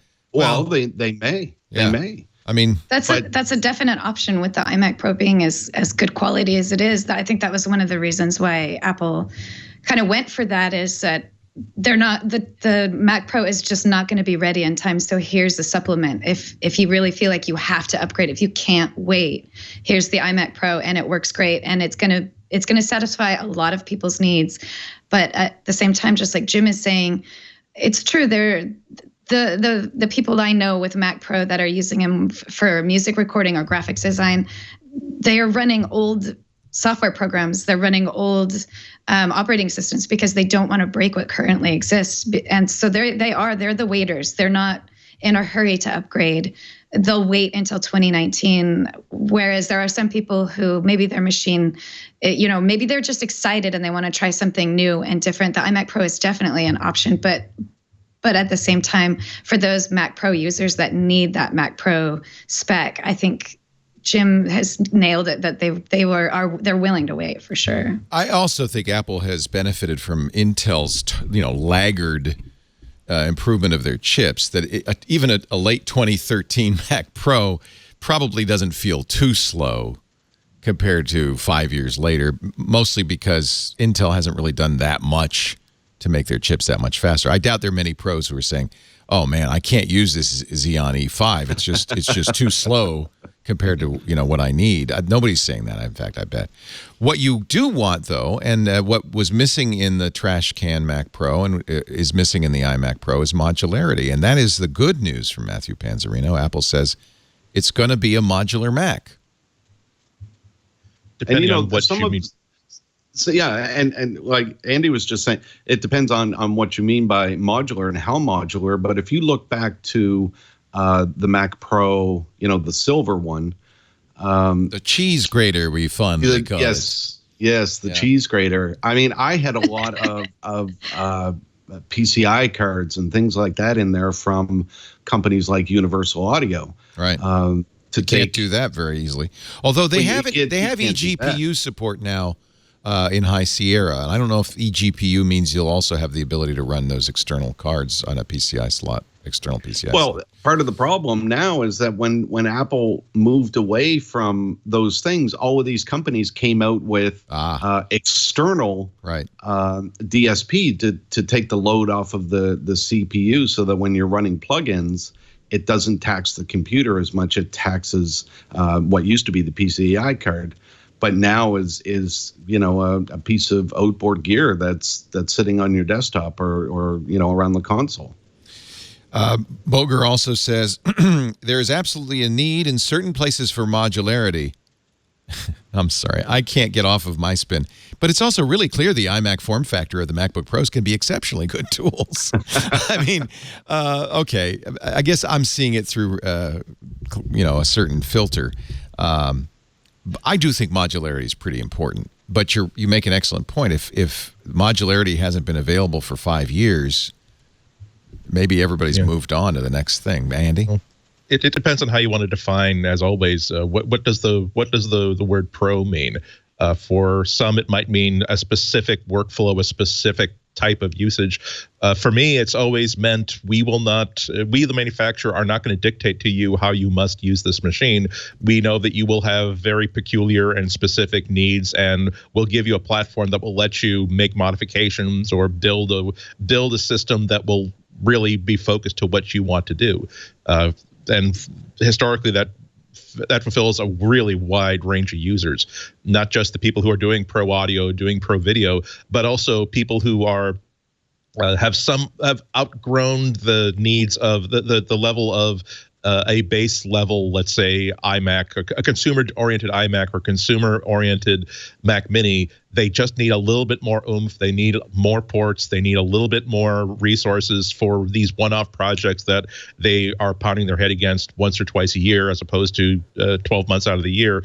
That's what you're sort of buying. That's kind of what I think has marked the difference between, for instance, the MacBook Pro and the ordinary MacBook line, and that's always what I've sort of felt the desktop line to be as well. So my bigger worry would be that they really want to get such a specific data-oriented idea of the typical Mac Pro user that they once again sort of lock you into a track where you don't want to have expansion cards. You want to put everything on an external bus instead for sound and for video. And we're going to let you do all that, by buying all this other stuff, which again will work great for a lot of people who are making a lot of money with their Mac Pros. It won't do quite so well for people that, once again, they've outgrown the consumer grade, but they're not making a fortune off of contracts that they're fulfilling with their desktop system. So we're gonna have to wait and see what they really have in mind for us. Yeah. But I think those people that are in between, that's where the iMac Pro comes in. Because they do have a lot of the outboard gear where you plug into Thunderbolt or USB or whatever, and they can, if they need that extra power, they can still get it. I think the Mac Pro, especially in the modular design, is going to be for those high-end, very high-end professionals. And I think the power will show that, and most likely the price will show that as well. But it's going to be a high-end machine.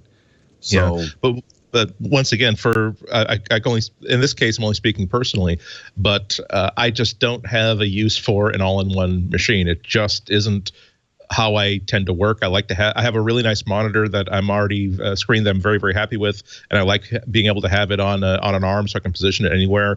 So I would be, if faced with the problem of I'm going to either have to spend money for a screen that I don't want and a form factor that isn't what I decree to be optimal for my use. Once again, it's a case of here's $3,000. You're going to have to adjust what you want to what we're willing to sell you. Which admittedly is always going to be a problem when you have a company that isn't going to license their designs to anyone else or let anybody else make Hackintoshes or stuff like that. But nonetheless, it's always going to be a problem that consumers are going to have to deal with as they continue to evolve as users. Yeah, but I really don't think that you or even me, even recording what I do, are the market for a Mac Pro. Yeah, the other machines are so powerful. Not even Leo sitting at his desk right now is probably not the market for the Mac Pro. However, the back end of what Leo does with all the streaming and everything else, that could be a market that they're looking at. Oh, sure. So, although it's too late for it's too late for us. We bought Windows machines running Premiere because. Well, it's never too late, Leo. Just set fire. We're not switching back. Unless Microsoft dumps the Pro market, I don't think that's going to happen. I know I've been drinking eggnog during our holiday special. Put aside the eggnog, my friends. It's time for Hopsy. When you come home from work, hard day, you'd like to put your feet up, you'd like to relax. You don't want to go out and go buy some craft beer. Wouldn't it be nice if you had a little keg in your own house? I do. It's my Hopsy. This is like the Keurig for beer lovers. Let me show you this. This is the amazing Hopsy sub home draft system. It's really simple. Hopsy comes in these bottles. They're about the size of maybe a liter, a big bottle of soda, right? But this is not soda, my friends. Oh no, this is a Czech premium Pilsner. Oh, I love the Czech style Pilsners. This is from Gordon Biersch. What's great is you open up the top and you'll see inside there's just a little plastic nozzle that fits really easily right into the top of the Hopsy, and then you snap it closed. It's refrigerated, so it's staying cold. And let me just I'm just gonna get a little bit out of this. Now I'm probably not doing it right. You know how to pull a good, right? You've used a tap before. You get this glass wet and stuff. You got to tilt it just right. And I'm gonna get myself a little glass of, I don't know what we're drinking today. I think it's an IPA. I'm not going to do the whole thing, but that is a beautiful, beautiful glass of beer. They have all different kinds of beers, from big and small breweries, consistently rotating. It's a club. You get Hopsy beer every month without the price tag of these fancy beers. You get your own draft beer at home. They call it the sub home draft system. It fits right on your countertop. It keeps the beer cold. It's on tap. I'll tell you what, people come over and you say, you want some beer? And you do this. They go, wow, you're living large. You don't even have to have a home bar just to do this. Hopsy ships these mini kegs directly to your home, even to your office. Yes, this is in the office. It's fun working for Twit. And let me tell you, Oh, yeah, that's an IPA. That's fantastic. Juicy, fruity, delicious. They've got different packages for the holidays only. So I want you to do this now. I know it's Christmas and everything, but get yourself a present. You deserve one. You can get the Sub Home Draft System. How much do you think you'd pay for that? Right? It's got to be expensive, right? It's made by Krups. It's beautiful. It's a great device. You're going to get the Home Draft System. You're going to get two mini kegs of a delicious beer and two nice Hopsy glasses, $99. That's $140 savings because they want you to get started. And plus, you get free membership in their Hopsy Monthly Beer Club. You start by selecting your holiday package. Best sellers, your favorite beers from the best breweries. IPAs and pale ales. See, Paul doesn't want that. They're hot right now, but Paul's not an IPA guy, right? Hazy, West Coast Session, pale ales. I think Paul would go for the easy drinkers. It's kind of like summertime on tap. Actually, these are what I like. From lagers to Kolsch's to Pilsners. Yeah, all the exotic beers you hear people talk about from the best breweries coming to you on tap in your home. This is kind of a dream come true. Afterwards, you'll choose 4 mini kegs every month as part of your subscription plan. That's about equivalent to a 6-pack, 1 mini keg. So that's exactly right. Up to 2 weeks. Each mini keg, I should say, stays fresh for 30 days outside the Sub Home Draft System. So you got a month, and then you put it in, you got 2 weeks inside the Sub. And 2 weeks is plenty of time. Frankly, they don't last 5 days here. We go through them pretty fast. We love our Hopsies. It's the perfect time to treat yourself. Or, you know what? Wouldn't this be, if you're a boss, a good holiday gift for the office crew? Treat yourself or a friend a Hopsy, and just for the holidays, a great deal. Here's what you do. Go to tryhopsy.com/MacBreak. Tryhopsy.com/MacBreak. Again, when you use the promo code MacBreak, what do you get? You get this incredible Sub Home Draft System, 2 mini kegs of beer. They just fit right in here. It's going to go a little when I open it. I'll do it just so you can see. There it is. Here's the keg, the mini keg right in there. Just pops right in. Actually, you know what? I think we're due for a new one, he said, wanting to try this Czech Pilsner. So I'm going to pop it out. Pop the Hopsy. Take it out. There you go. Yeah, we are due for a new one. We'll pop in. No, well, I get it. We got a choice. We could also do a wheat. You want to do the New World Wheat? This is from Hermitage Brewing Company. I don't know. I want to do the Czech Pilsner. Is that okay, everybody? You don't mind? Watch. Just pop. This is how easy it is. You pop it in just like that. The nozzle goes right in here. That's where the tap is gonna be, right? It snaps in. It's that easy. Close that. Close this. It's gonna make a little noise as it chills it, and pressurizes it because that's how it turns it in. Well, that was fast. Pressurized, ready to go. As soon as I finish this, I'm moving on to the Czech Pilsner Hopsy. Go to tryhopsy, tryhopsy.com/MacBreak. Well, I guess I got to have it from you. And use the promo code MacBreak. Special $99 holiday package deal. Terms and conditions apply. This two, love it. Monthly supply. Oh, look at that. Oh, that's going to be great. This is called Live Enlarge, my friends. Cheers. Tryhopsy.com/MacBreak. Use a promo code MacBreak. Let me try it. I feel like I'm in Prague. That is so good. It smells good too. I'm sorry. Let's get back with the show. Let's see. This is the bad news I was talking about. There is a box from a company called Grayshift called Gray Key that is designed to unlock iPhones, and apparently law enforcement just loves the Gray Key. Motherboard has the story. It is a relatively cheap tool. It is something that they have to have the iPhone and plug it into. According to Motherboard, it works with iOS 11 on an iPhone 10, and that's a little bit of a shocker. We know there have been backdoors in older versions of iOS, but this is the current iPhone. Secret Service is planning to buy at least half a dozen Gray Key phones. phone boxes to unlock iPhones. State Department has bought it. Drug Enforcement Administration interested. The FBI interested. Many local police forces, like the Maryland State Police, the Indiana State Police, the Indianapolis Metropolitan Police Department. Actually, the Indianapolis Metro has received quotes from Gray Shift, but not yet bought the Gray Key, according to Motherboard. It's a 4x4 inches box. One patch and that thing is a paperweight. Yeah. Right. It's not cheap. $15,000 if you want one that gives you 300 unlocks and it has an online connection. Or if you're willing to pay twice as much, $30,000, you can get the unlimited version. Imagine that everyone's using the freeware model. It's like if you want the good stuff, you got freeware. Yeah. Now, did you see Matthew Green's tweet, Leo? No. What did he say? This is his estimate of how fast it is. 4-digit passcode, 13 minutes worst, average 6 minutes. 6-digit passcode, 22 hours worst, average 11 hours. 8-digit passcode, 92 days worst, 46 days average. 10-digit, 1,000 days worst, about 5,000 days on average.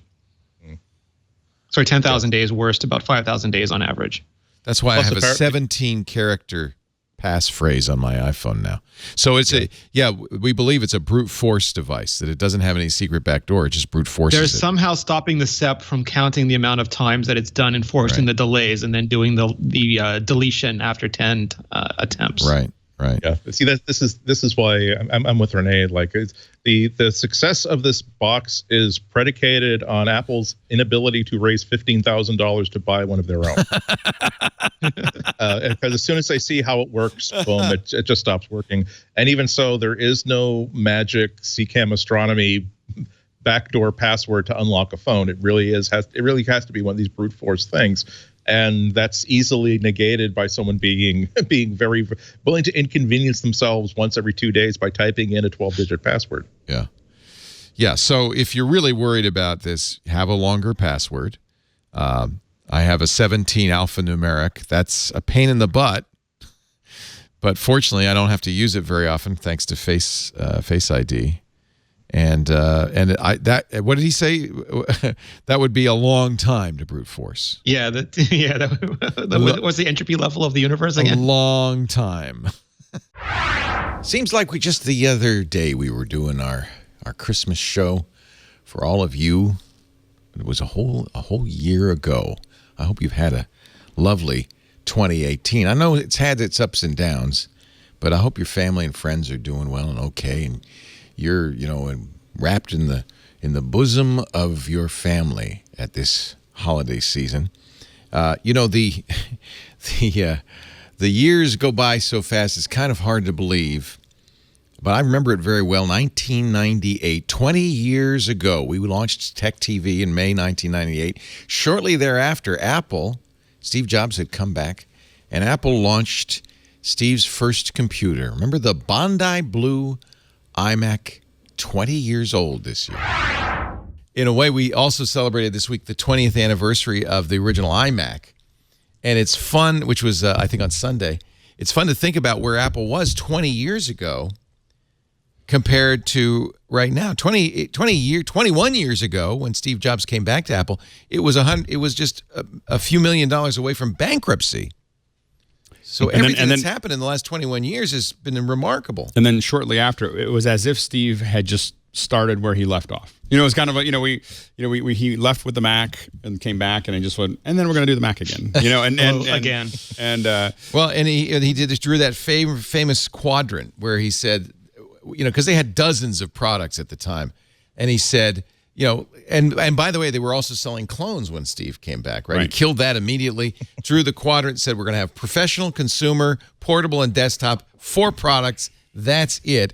And the iMac announcement was the consumer desktop, right? So here, I'll put a little bit of Steve here talking about his iMac. Come on in. He's bringing in a camera so he can show it off. You got to see this thing in person, but I'll do the best I can with video. This is iMac. The whole thing is translucent. You can see into it. It's so cool. We've got stereo speakers. Some of that laughter is probably coming from Apple employees who watched Steve have a fit the day before, according to Walter Isaacson's biography because he couldn't get it lit right. And he said, we're going to stay here until it looks right. Yeah. He also had a fit over the button on the front of the iMac because he had been told, he said, John Rubinstein had told him, you're going to have a slot. And then instead it had a drawer. And in fact, he, according to Isaacson, almost canceled the introduction of the iMac the day before over that small point, and only went ahead when Ruby was able to convince him, well, next one will have a slot. Okay, Steve? Okay? Watch how much he loves the handle, too. We've got infrared right up here. We've got the CD-ROM drive right in the middle. We've got dual stereo headphone jacks. We got the coolest mouse on the planet right Okay, wait a minute. Oh, man, it was so... The worst mouse ever. Oh, ever. It was the coolest mouse in that it did generate the frostiest reception. You could say it was cool. You just can't say it was functional, right? It was a third-party opportunity for other mouse makers. Yes. That's what used to say when they dropped the ball. There you go. Come on around. All of the connectors are inside one beautiful little door here, the Ethernet, the USB stuff. Around the back, we've got a really great handle here. Now, I should point out, this is a 38-pound computer. No one is going to use that handle. But, well, no, it was just like it was an echo back to the original Mac, so that's part of the design story they're telling. But also, there are times where you actually would like to move a computer from one room to the other, not because it's portable, but because, again, you're in an office and you're sharing, or you're in a school. But you don't need a handle, Andy, to do that. Well, yeah, if it's 30 pounds, damn, yeah, you need a handle. Johnny Ive put the handle in. He was actually a little nervous because this is a very expensive case. I think it was $60 per. And I put the handle in, and he said he was very nervous about what Steve would say. But he said, look, we got to put this here because it communicates that it's friendly and it's easy to shift around. Whether it's functional isn't really the point. And Jobs got it and loved it. What he doesn't mention here is a significant missing piece. The back of this thing looks better than the front of the other guys, by the way. And then around the side. Steve. So let's take one more Steve. swing around it so you can see. This is what it looks like. And again, you've got to see one of these things in person. It was very pretty. $12.99, G3 at 233 megahertz, had 32 megs of RAM, upgradable to 128 megs, not gigs, 32 megs of RAM. What was missing was a floppy drive. As it turned out, that might have been the biggest story of all. That and the Bondi Blue, because people didn't make computers in colors back in those days. But the fact that Apple would make a PC without a floppy drive, now, that was the courage I think Phil Schiller was referring to. I was trying to think of when I stopped using floppy drives, but it was people were still using them at this time. Yeah, but they put those USB ports on there, and the really, USB, and the CD, and said and they were right in that case. Ironically, this Mac has 3 headphone jacks. Right. I think the last time I seriously used a floppy drive was probably 1995. Yeah, this is 1998. Right, so 3 years, it had already been, it was already kind of dead for... No, it really wasn't. Well, for me. I'm okay, saying, I was saying... That's because you were using files that were huge. Yeah, we were using zip drives and SyQuest drives. Remember SyQuest? Oh, I remember those. Oh, yeah. Remember the Bernoulli boxes? Oh, yeah. I was unpacking some of the last boxes, and I found my MO cartridges from magnetic optical media. Yeah, which were pretty damn cool, and they're shiny and stuff. But I every time this does come up a lot, this is something that I like to counter, at least to present the other side of the argument that people say, yeah, see, and Apple was ahead of the game, and they've made the computer of the future, and brought it to us early. So, well, again, we forget about what an absolute colossal pain in the butt at the time it was to own an iMac at that time, because again. Eventually people got rid of floppies, but it was still, there were no flash drives. There was no Dropbox. It was still very, very important to a lot of people. So that's why a lot of people were buying third-party floppy drives that were designed to look in Bondi Blue by other makers. There were not, USB was practically a brand new standard. So it was really, really hard to find anything that would plug into it without something that would adapt to your old printers and stuff. Just on and on. So make sure that that's part of the history as well. That that's why I really don't like the courage story, because again, it's easy to be courageous when your users have no option but to drop the entire platform and switch to another operating system. It would be courageous if the Mac and the iPhone were just one maker of computers that use that stuff. That I could buy a phone with a headphone jack that runs iOS that is not an iPhone. So that's why I just don't like. I'm not angry about it, but I don't like the word courageous in correction to this. Also, and also let's remember with the iMac, they really had to make a first impression. They had nothing to lose. So as a quote from Steve Jobs that I hope is permanent, that look, if you're gonna, there's nothing that feels worse than failing with something that you didn't believe in to begin with. And this is the iMac, I think, was the inculcation of the idea that if he's going to fail, if this is going to be the last Mac Apple makes, they're going to fail with a Mac that Steve Jobs and everybody who works with it really believes in and really thinks is a great machine. I had FireWire. I miss FireWire. The connector story has been really a choppy and ugly story. FireWire was born too soon and died too early, or born too late. I think that it was. So the rumor, it replaced SCSI. Let's not forget the rumor and parallel ports. Right. The rumor of both of its success for Apple and its demise was that Apple really pushed really hard to get all the camera manufacturers to add the FireWire to their cameras, because now you can just hook it into your PC or Mac or whatever and do it.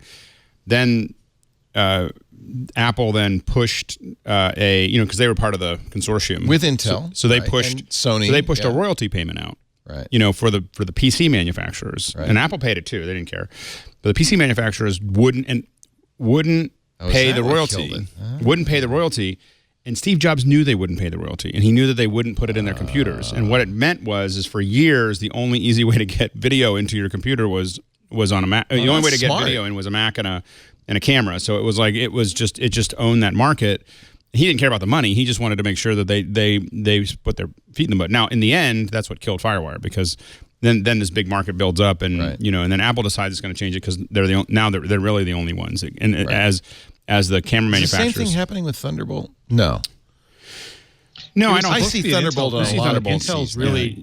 Intel's really dropped the ball on it. I mean, they dropped the ball on that and the DisplayPort connector. I think they were supposed to be 3 generations ahead of what they are now. They announced DisplayPort ones at 1.3 and 1.4, and I don't think any of them have shipped yet. And I don't think Thunderbolt is on schedule either, and that's entirely Thunderbolt's also confusing. I think that's its biggest problem. Well, they said it was a benefit that it would match USB-C, but now people buy one and not know what it is yet. They just think it looks the same. What are the capabilities? It's the same connector. What does it do? Right. Yeah, and what are the cables rated for? Right. I mean, it's and you have a poor Google engineer who has to personally review every one of them. And it's not only that, but you get situations where to save money, you might have like 2 or 3 USB-C ports on a device, but one of them is basically just like a USB 3.0 port. One is a video port. One is super, super high speed that can be used for networking, as opposed to, there are a lot of things I don't like about the ports on the MacBook Pro, but one of the things I absolutely respect is the idea that, nope, these are four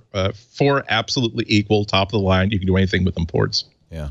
I have to admit that, I stayed with the 2015, as I see you have, MacBook Pro, because I wish it had Type-C Thunderbolt, but the fact that it has USB and HDMI and an SD card reader. SD cards, yeah. I know. That actually is a compelling thing to have those ports. For me, it's literally just the MagSafe. I would give up everything else. It's just. I wish it had Type-C charging. I would prefer Type-C charging because it's universal now. No, my problem is that I just travel so much. Being able to. And here's where it really becomes an issue, where I look down and I go, I don't want. Is when I'm on a plane, plugging into the little. The connector there. This pinpoints why it's so hard for Apple. And you kind of brought this up, Andy, too. As the only source of Macs, they have a problem because they can't make you and me happy. Right? You want the MagSafe, I want Type-C. Well, Rene's happy with 4 Thunderbolt ports. I think that if Apple had if Apple had just left the right side of the computer the same and put 2 Cs on the other side, that's what Lenovo does. They have their traditional charger on one side and a Type-C charger but I'm just on the saying, other side. Leave all the connectors on one side the same, put Type-C on the other side as the transition laptop. If they had done that and then done whatever they're going to do. That doesn't have any courage. There's no courage involved in that. I wish they'd be a little more fearful. To me, it always comes down to the keyboard. We'll talk actually a little bit about what Apple's plans are with MacBooks in just a little bit. I just thought we'd celebrate a little bit the 20th anniversary, 20 years ago, May 6th. By the way, they announced it May 6th, 1998. They didn't ship it till August, I think, of that year. It took a while for it to come out. But we immediately, that's roughly when, it was the same time frame as the launch of ZDTV. And we immediately ran out and bought as many Bondi Blue iMacs as we could get our hands on. Really nice computer. I have never asked you this question. Do you like the new Macintosh laptop keyboards? Are you a butterfly girl? Yes, I am. This is such an uncomfortable situation for me to be in. I have the 2016 MacBook 13-inch MacBook Pro with the Touch Bar, and I have had zero complications with the keyboard. But I know beyond a shadow of doubt there is something wrong with that keyboard when thousands of people have had issues with it. So here I am recommending to my friends the new MacBook Pro, and I'm watching person after person after person tell me that they've had some kind of breakdown with their keyboard, that they had to take it in, have something replaced, take it in a second time, had something else replaced. It's dangerous territory here, and I really think Apple needs to address this. I think the petition to recall the Apple keyboard, it's on the right path. I don't think the computer needs to be recalled, but I think that similar to the way Apple released a repair program for the the Series 1 Apple Watch for the battery overheating and breaking apart the watch case, it's something like this. It needs to be addressed. Apple needs to offer something to help people repair their keyboards, and it has to extend well beyond any existing warranty. So my MacBook Pro is fine right now in 2017, not even a year after I bought it. But what's going to happen in 4 years, 5 years? Is my Mac keyboard going to have the same kind of issues? And I'm out of warranty, and I have to pay $700 to get it fixed. That's part of the problem, is how expensive, right? Yeah. Yeah. You have the Butterfly 1, Lori, the first generation, which I tried and rejected and got rid of that exact laptop that you have. I also didn't like the Touch Bar, but that's another story for another day. Then I got the next MacBook, which was Butterfly 2. That was a little better. I acknowledge that, but it still bugged me. Now, Apple Insider actually went out and did some deep data diving. They collected data from Genius Bars in the U.S., which is interesting, as well as Apple authorized third-party repair shops to collect the number of problems with number of keyboard incidents. So the MacBook Pro, which had the old-fashioned keyboard, and the from 2014, and I'll put 2015 in there, we're talking 2,120 incidents in 2014. Of them, 118 were keyboard problems. That's pretty good. In 2015, there were 1,904 episodes and 114 keyboard incidents. But then a big jump, when you get to 2016, you had fewer total incidents, 1,402, but a big jump in the number, almost a 50% jump in the number of keyboard incidents. That seems to have settled down in 2017, but then these are newer computers. We Maybe the Butterfly 2 fixed it. Yeah. But with the class action suit, I thought it was interesting that there are two plaintiffs named, one of which bought their MacBook, I think in 2015, but the other plaintiff bought theirs like this year. They bought it in January and they had problems in April. Which seems like good tactics. I made a note yesterday when I was reading the complaint that now I need to learn how class action suits work, because one of the things that the suit is claiming is that not just that these are problematic keyboards, but they are fundamentally defective. Not only are they defective, but Apple knew that they were defective, and that's part of the reasons why the suit is going forward. And I'm not sure how they're going to prove that, because this isn't. Apple had a problem with like the they need a smoking gun email to Tim Cook from 2016 saying these keyboards, we're having real problems with these before release, something like that. Yeah, it was like the slim, I would guess. If the old timers like me remember the Twiggy floppy drives, the original Lisa, yeah, that was where a problem. Apple they were so determined not to go with another. They were so determined to go with an in-house solution and they could not get the damn thing to work, and they had to ship on time, and so there are all kinds of legal issues afterwards because they could prove that they knew the thing just didn't work properly, but they had made the ship date. So I don't know. I agree with Lori. I think that I don't think that we necessarily need a recall, because again, that assumes that the entire design is defective. I don't think that's the case at all. But a warranty extension, I think, is exactly what is called for here. Just they don't have to have a big mea culpa. They don't have to say anything. They don't have to advertise anything. But if you come in with a keyboard with a problem, yes, the first time you bring it in, they're going to spritz it with the compressed air, like the service note says.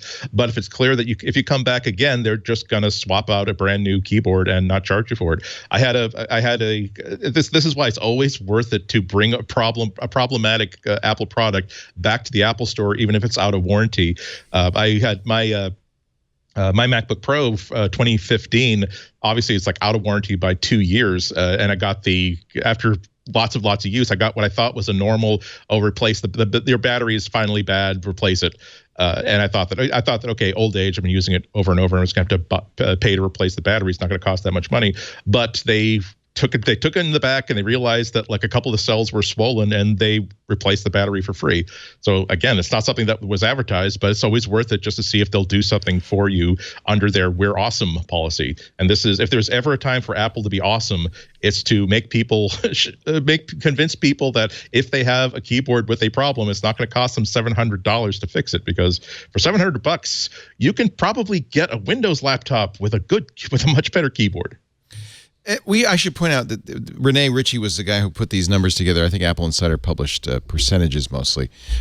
And the total number of incidents is not the total number across the board, just the ones that Apple Insider counted. What's relevant is the percentage of the total incidents that were keyboard incidents. And that did go up a lot in 2016. But nevertheless, even if it's 12 or 13% of overall, that does not rise to the level of, oh my God, this thing is broken.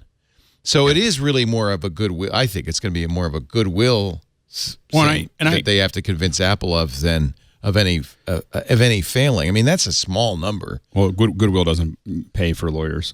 So the lawyers are going to want the whole thing. But you're right. See, what I'd like to see is the outcome is Apple rethinking the butterfly switch. I think maybe making a better keyboard next time around. I would like them to just get rid of the keyboard. Like I love the iPad. What the hell are you talking literally about? get rid of a keyboard. Just like everything to be iOS. No, not iOS. If you look at like a Surface, the Surface is great because you choose what you want. You know, like that way Andy and I can have big keys, and then other people can have butterfly keys, and you just attach it to the thing and put it together. It could still be Mac OS. I don't want to get. By the way, when I say I'm realistic that I don't think Mac OS is going to last forever, I don't want to give it up because I still spend 90% of my time that I spend on a Mac or on an Apple device is in front of a Mac. The petition at change.org hasn't quite raised 25,000 signatures. I don't know how many millions of these they've sold, but that's not a huge number. Also, I mean, who cares? People like signing electronically a petition that means nothing. Anything. Yeah. That doesn't mean anything. Yeah. But I do think, we've heard too much we've heard from too many people who've had these problems to think that, okay, well, there was a fly got into the transporter chamber. It was a one in a million problem. I think that there is a weakness. I think it's been demonstrated there's a weakness to this keyboard that makes them. So, once they go bad, they're just bad, and you're just not going to. There's no way to really pop off that keycap, get in there with a Q-tip and an isopropyl, and get that key switch working properly. I mean, I think the physics of it are obvious. Is that when you have less travel, it's going to be much more sensitive to anything that goes wrong. I think that the physics of it just makes sense that the thinner these keys get and the less travel they're going to have when you hit them, the less reliable they're going to be. So I think that. And I think it's easier to have grit and all kinds of other stuff. I mean, I know some people that just go through keyboards because they use them outside. You know, like they use them in construction sites, and so they, so it's they go through certain ones faster because of that. I don't know which device I can shake more crumbs out of, the tray at the bottom of my toaster oven or my laptop keyboard. So it's a tough problem to solve. I don't think that Apple engineers have been lazy. I just think it's a big problem. How does that holiday poem go? 'Twas the night before Christmas, and all through the house not a creature was stirring, not even a mouse. The children were nestled on their Casper mattresses, sleeping soundly with visions of sugar plums. There's Casper in there somewhere. There ought to be. If there isn't, we'll have more of our holiday show in a bit after I tell you about my mattress, the Casper. Love me some Casper, an online retailer of premium mattresses for a fraction of the cost. Look, this is a perfect time to tell you about Casper, because if you have kids, you haven't got a lot of sleep. You're kind of woke up did the kids wake you up at 5 in the morning? Come on, we got to open the presents. You ready for a good night's sleep? You need a Casper. The original Casper mattress. Now just imagine, if you will, you're going to bed on this tonight. Has the original multiple supportive memory foams. It is magical. It's a sleep surface that with just the right sink, so your bony bits go right into there. But it's firm and it supports you, just the right bounce. How do they do it? Sink and bounce together in one mattress. And maybe you've tried other mattresses. I know I have. And have you noticed you wake up, you're sweating, you're drenched? Because they don't breathe. The Casper mattress breathes. And that's important, so you can sleep cool. It turns out, sleep research, you do need to be a few degrees cooler than during the day in bed. It's just the way it is. It's biology. So you want to sleep cool, regulate your temperature through the night. You will sleep better. Really, that's what Casper's all about, having a much better night's sleep. Long-lasting comfort and support. You can buy it online easily. It's completely risk-free. Casper has reinvented. Seriously, they were the guys that changed the mattress industry. Oh, yeah, everybody's copying them now. But Casper, these are the guys who said, wait a minute, there's something wrong. You make a mattress, but you don't sell it to the customer. You sell it to a store that doubles the price or more, marks it up, then sells it to the customer. That's wrong. We want to sell direct to the customers. That's exactly what they do. But you see the problem here. Customers think, oh, I got to go lie on it in the store before I buy it. No. Here's the deal. Casper, you don't have to lie on it in the store. You get 100 nights to lie on it in your home, in situ, as it were, in the situation, as it is. So you really get a sense. I'm 10 minutes in a store, 8 hours on the bed, night after night. And if at any time in the first 100 days you go, nah. They will come. They will take it, refund you every penny. No trouble on your part. It's very easy. The reason they make it easy to return, mostly, I think, just to reassure people, because no one returns them. They're great. Once you sleep on a Casper, you'll say, I've heard Leo talk about this. What was I thinking? Casper knows how to make a great mattress. And, by the way, they're all made in the USA, upholding the highest environmental standards. That's actually important, because they come in a box, right? In a very surprisingly compact box. When you open it up, whoosh, and if it weren't made with the highest environmental standards, it might smell like something. Nothing. I've had other big name, expensive mattresses you had to air out for a few days before you really felt comfortable sleeping on it. You know what I mean? Not this. Put it on the bed. It's ready to go. You're going to love it. Free shipping. You love that. Plus, free returns, U.S. and Canada. Get a Casper mattress today. You can save $50 towards select mattresses when you use our website, Casper, CASPER.com/MacBreak.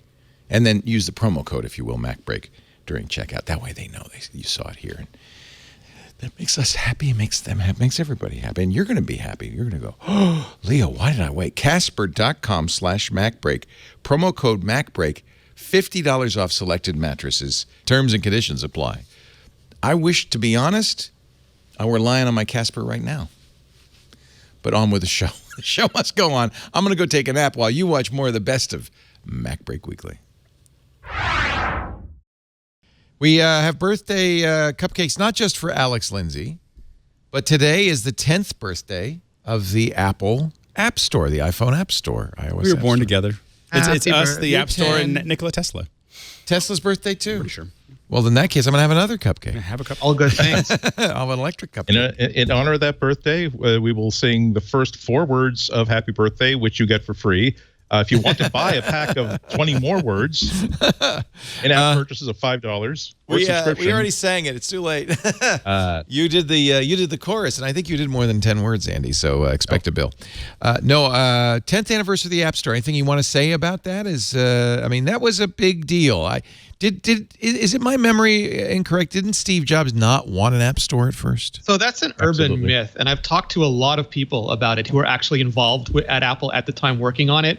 And Apple is a platform company, and Apple always wanted iPhone to be a platform. However, it was so hard to get the iPhone to ship by June 2007 that they had zero bandwidth to actually come up with an App Store strategy.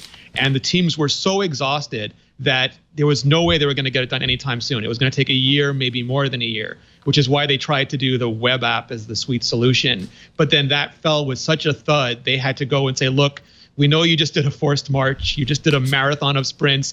Can you please pick yourselves up and do it again for next year? And they all just looked at each other and said, we absolutely have to do this. And they had a little debate about whether it should be AppKit or WebKit.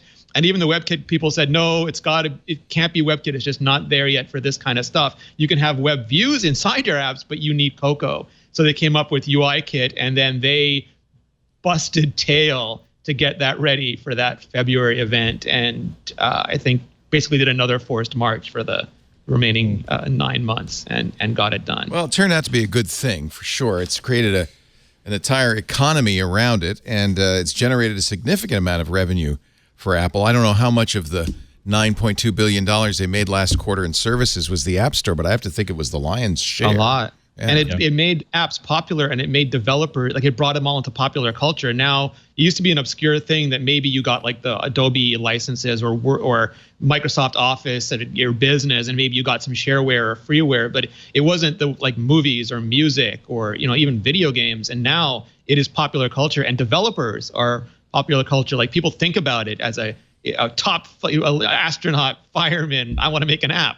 Sort of a thing. No, it's really true. I get calls all the time on the radio show. I got a brilliant idea for an app. Can you tell me somebody who can write it for me? It's like, dude. I mean, it's incredible democratization of even if you think about Flappy Bird. Kids, 10-year-old. Is it Flappy Bird? Flappy Bird. Yeah, that was the poor guy. The poor guy, just Vietnamese kid, teenager, was not ready for selling. Couldn't believe he made millions. Yeah, in a place that you're not supposed to.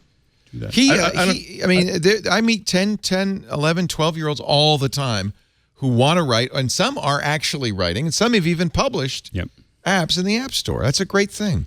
And the fact that it's so inexpensive and it's so easy, and you really can build a business around it. It's almost like the next generation of delivery. I wonder, though, how many app developers make money. But a lot of businesses don't make money either. I mean, most restaurants go under, most other, Is it harder to make a success in the App Store than it is as a restaurant owner? It is gotta be a lot much, easier. much less expensive than a restaurant to get started. And you're only dealing with yourself. I mean, in your spare time. The risk is a lot lower. There's definitely plenty of people who fail at it. And then they say, oh, we can't make any money on the App Store. But then there's all these people that, it doesn't mean that you can just put it up on the App Store and expect everyone to use it. You still have to think about VR. It has to be great. You still have to have, it has to be great. Yeah, it has to be. And that's the thing, is that the UI, the user experience on an iOS app has to be very good. I think that unless you do something really obscure, you cannot have anything that's hokey. Because I know as a user, I pick it up, oh, this is hokey. And I just stop using it almost immediately just over the design. Unless something is... so you still have to think about that process. And I think that a lot of people don't. They just throw it up there and go, well, no one bought it. Well, yeah, there had to have been some work around that, to make it work. But I will say the other thing that I've talked to a couple folks that getting recommended on the by Apple. That helps. That helps. Yeah. It's like literally some of them have retired on that, just on a recommendation. I mean, a well-built app and then showing up on the front page is. There was someone I knew, I'll not make it specific, but that their app was featured in one of the ads, and they just said it was stunning. it was enough to buy a house. You know, it was in a week. You know, it's just so there are and again, there's not that many other places in the world other than sports, which is just as random. You know, that you could make that much money that quickly. You know, there was a couple articles about like the Trism guy and Twitter Tweety guy, like Lauren Brichter and I forget the Trism guy, but how much they were making at the height of the App Store, and it was ludicrous numbers. Yeah. But that is such an apt analogy, though. It's like there are people who can start with nothing and by the age of 18 be signed to a 5-year NBA contract worth $10 million a year.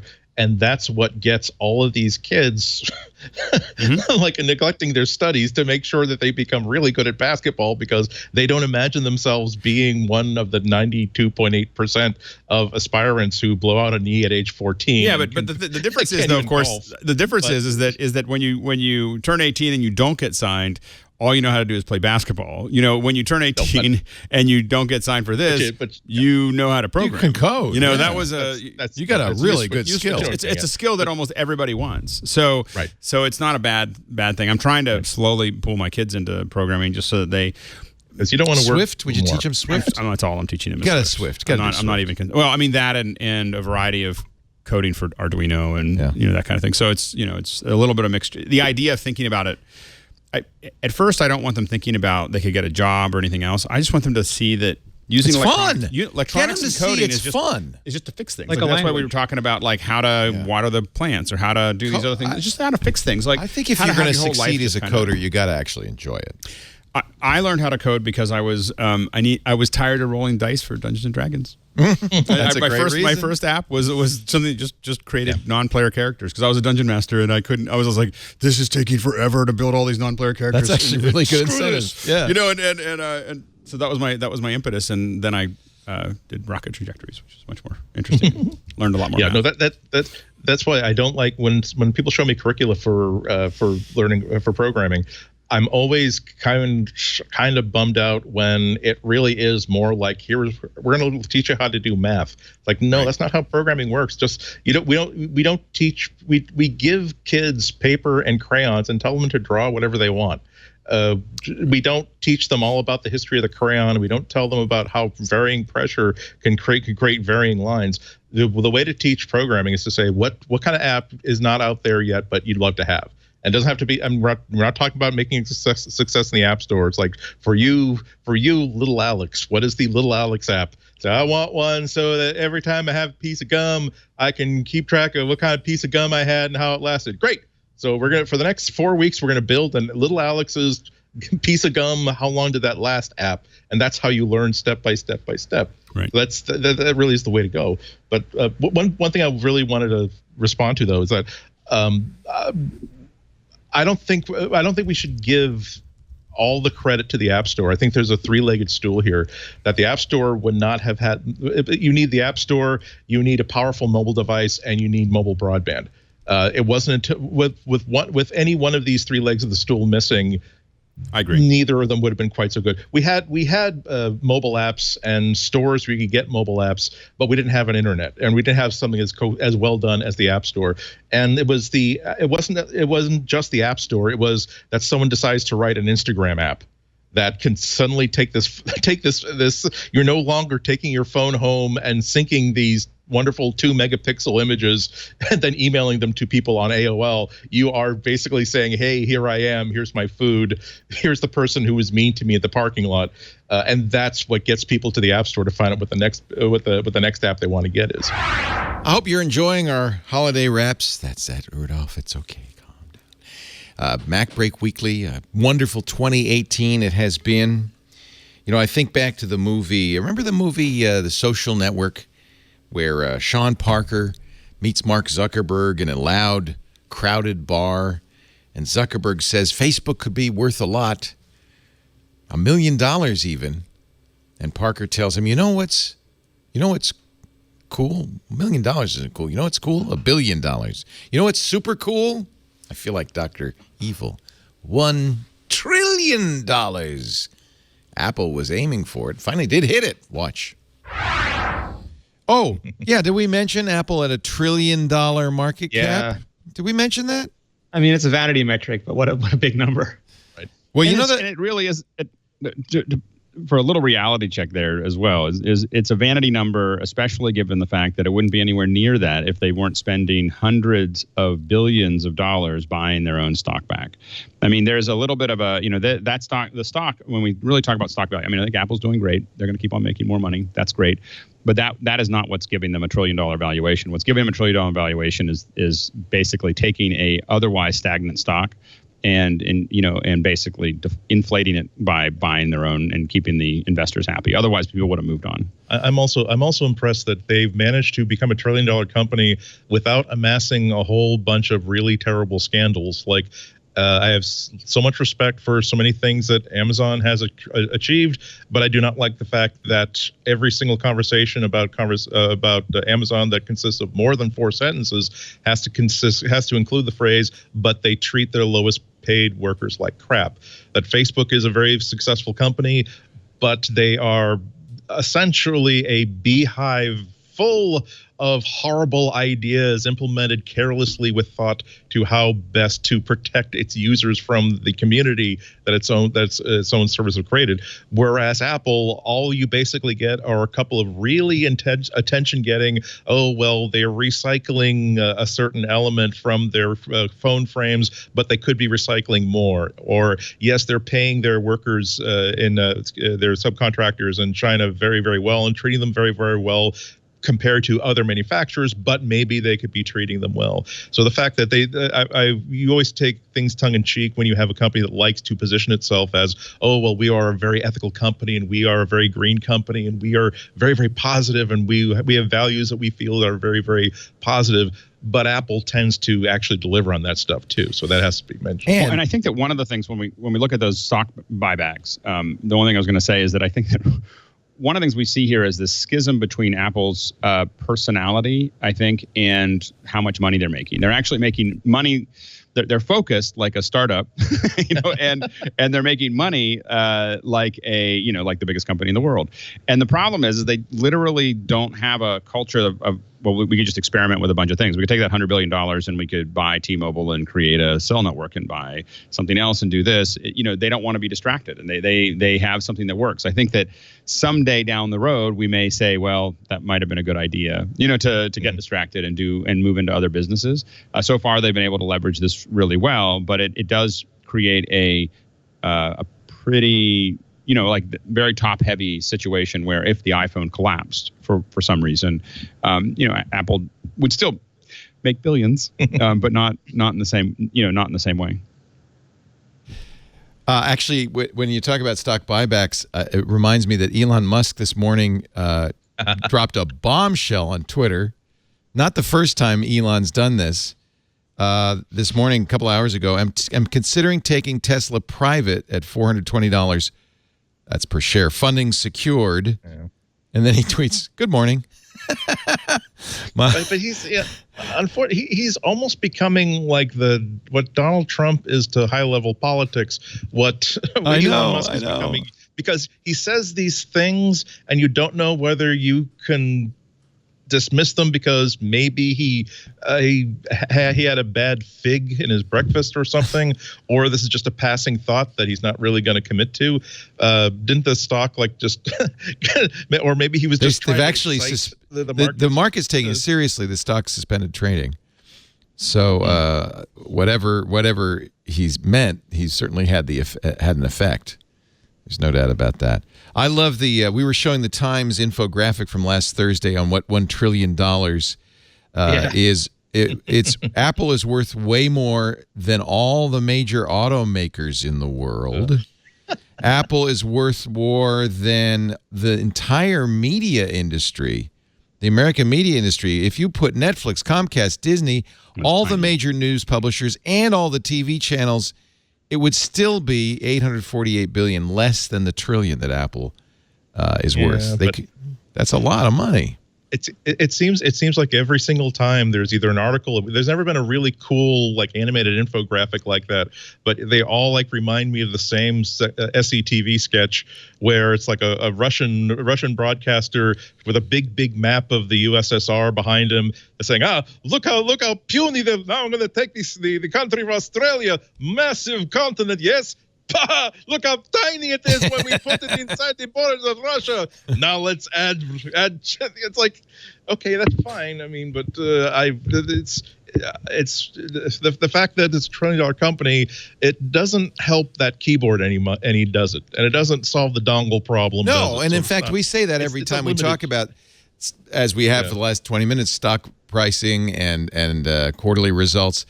It's only a small indicator in what we care about, which is, do you want to, how do you use your Mac? How do you use your iPad? What do you want? Totally different game. It's a different game. Okay, let's go on to the new iPhone 10s.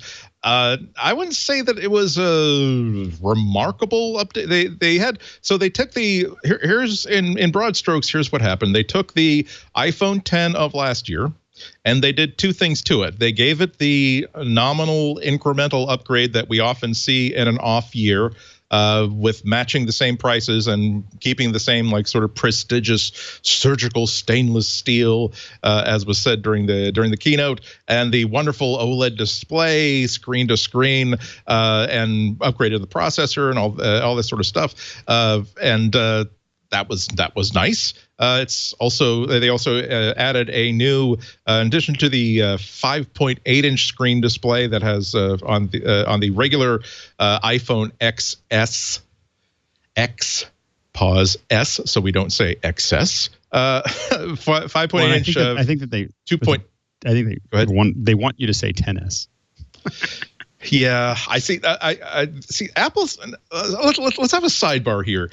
I think Apple has lost its product naming mojo. I mean, I think we're all old enough to remember the day when it was possible to buy a Macintosh Centris XL 747. And you have these. That's different from the 745 because the 747 was a label exactly for the Sears stores, and the 746 is the one that was available at Office Max. And so now we're dealing with. We got the XS, which is the super expensive. That's how I'm remembering it. It's the XS, super expensive. That's the $999 phone. They have added the 6.5-inch XS Max that does not roll off the tongue. I will tell you that.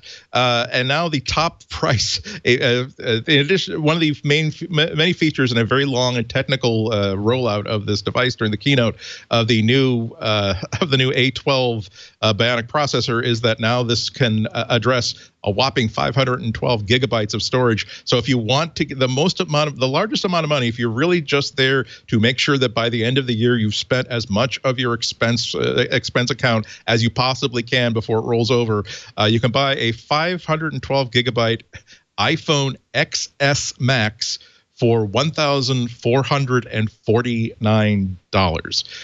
If you're going to cheap out the XR, the smaller version will max out at $1,299. But so you got the XS, the XS Max. Underneath that is the quote unquote budget version of this, the XR. Which they cut a few corners. Instead of getting stainless steel, you get aluminum. Instead of getting an OLED screen, you get a LED display. But this is Apple, so they have to tell you it is a liquid retina display. One of the most amazing LED displays ever shipped. They'll be shipping a month later. And that one is going to be less expensive, to the tune of starting at, I believe, $799. Were both of you a little bit confused? And are there little birdies just sort of tweeting in circles, cartoon-like, around your head, trying to keep all of these things straight in their features? Mostly, I'm confused why you keep calling it an iPhone X. It's a 10. Because it's the letter X. Okay, it's the letter X. If they wanted to call it the iPhone 10, was the iPhone 8 called the iPhone VIII? It was not. It was called the iPhone 8. No, it was not. So you don't call it the iPhone VIII. You call it an iPhone 8. This is the. They would know if they wanted it to be the iPhone 10. They would have had a 1 and a 0. They put an X, so they wanted me to call it the iPhone X. And also, X is cooler. The best Star Wars movie is not Episode V. Andy, Patrick Stewart does not play 5. Professor 10. He plays Professor what? X. I rest my case. Okay, And what operating system does your computer run? Because it's not OS X, sweetie. I love you, Andy, but you're calling it an X and it's killing me. Well, I think that's the OS 10 is where this all came from, because we all knew that it was telling us that we were moving to Unix, and so it was like OS. So to us, it was like OS X, because it's like Linux, it's like Unix, it's like, and so all of us just kept on saying OS X. Not all of us, but many of us did, and it just seems silly to call it OS 10. And I think that we've just never really gotten out of that habit of, like, when we see that, I know that they say 10, but we're going to just keep saying X.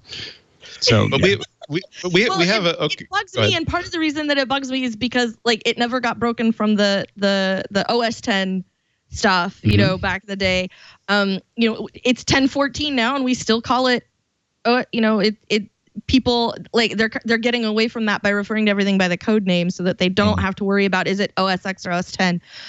So the thing that I don't like about it is that all of a sudden we've got all these weird naming conventions that we didn't have before. And I don't mind that they want to come up with their own naming conventions, but don't spend 10 years giving me naming conventions and then burn them all down. That's the part that I'm sort of frustrated about. Like, the last time we got an iPhone that came in colors, it ended in C. It was the same phone, but color, but the backs were colored. So if you bought one that was a different color, it was the 5C instead of the 5. All the other stuff was the same. It's a mnemonic device. It's a handy mnemonic device.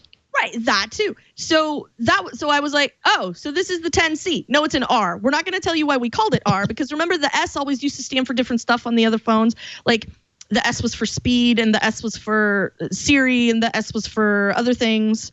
They always said, like, this one is the S model because it's got this other thing.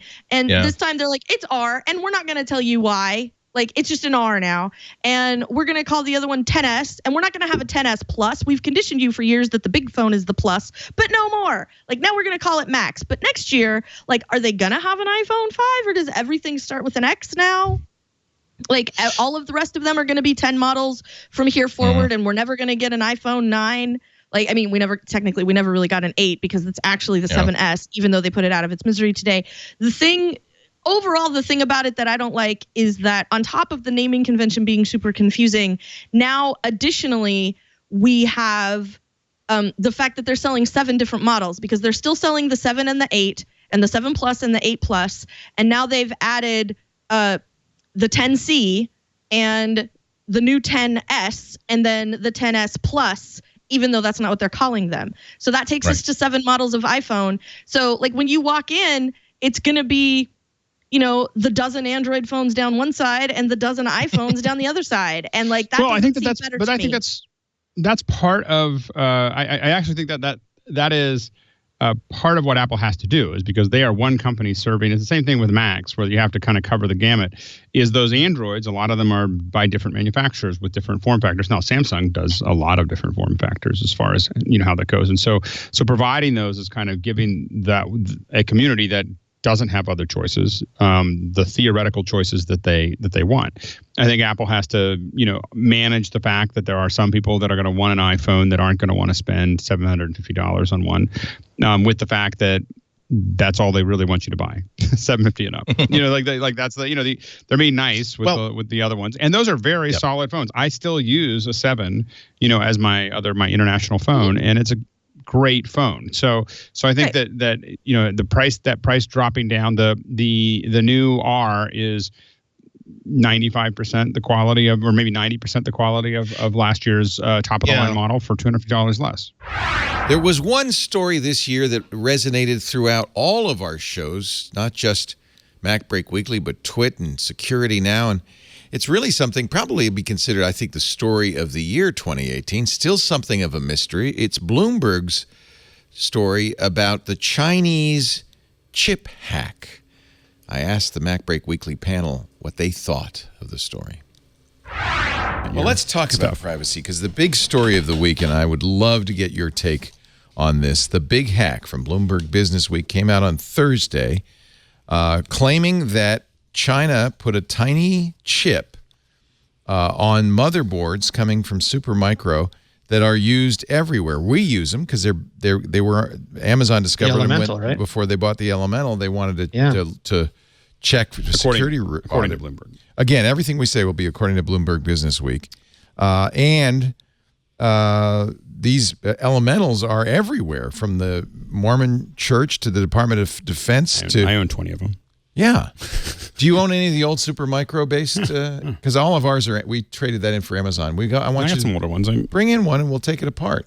We'll see if we can find that chip. Seriously? Well, okay. So I'll complete the story. The next day, Amazon, Apple, the Chinese government all say BS. It didn't happen. Apple was very aggressive in its denial.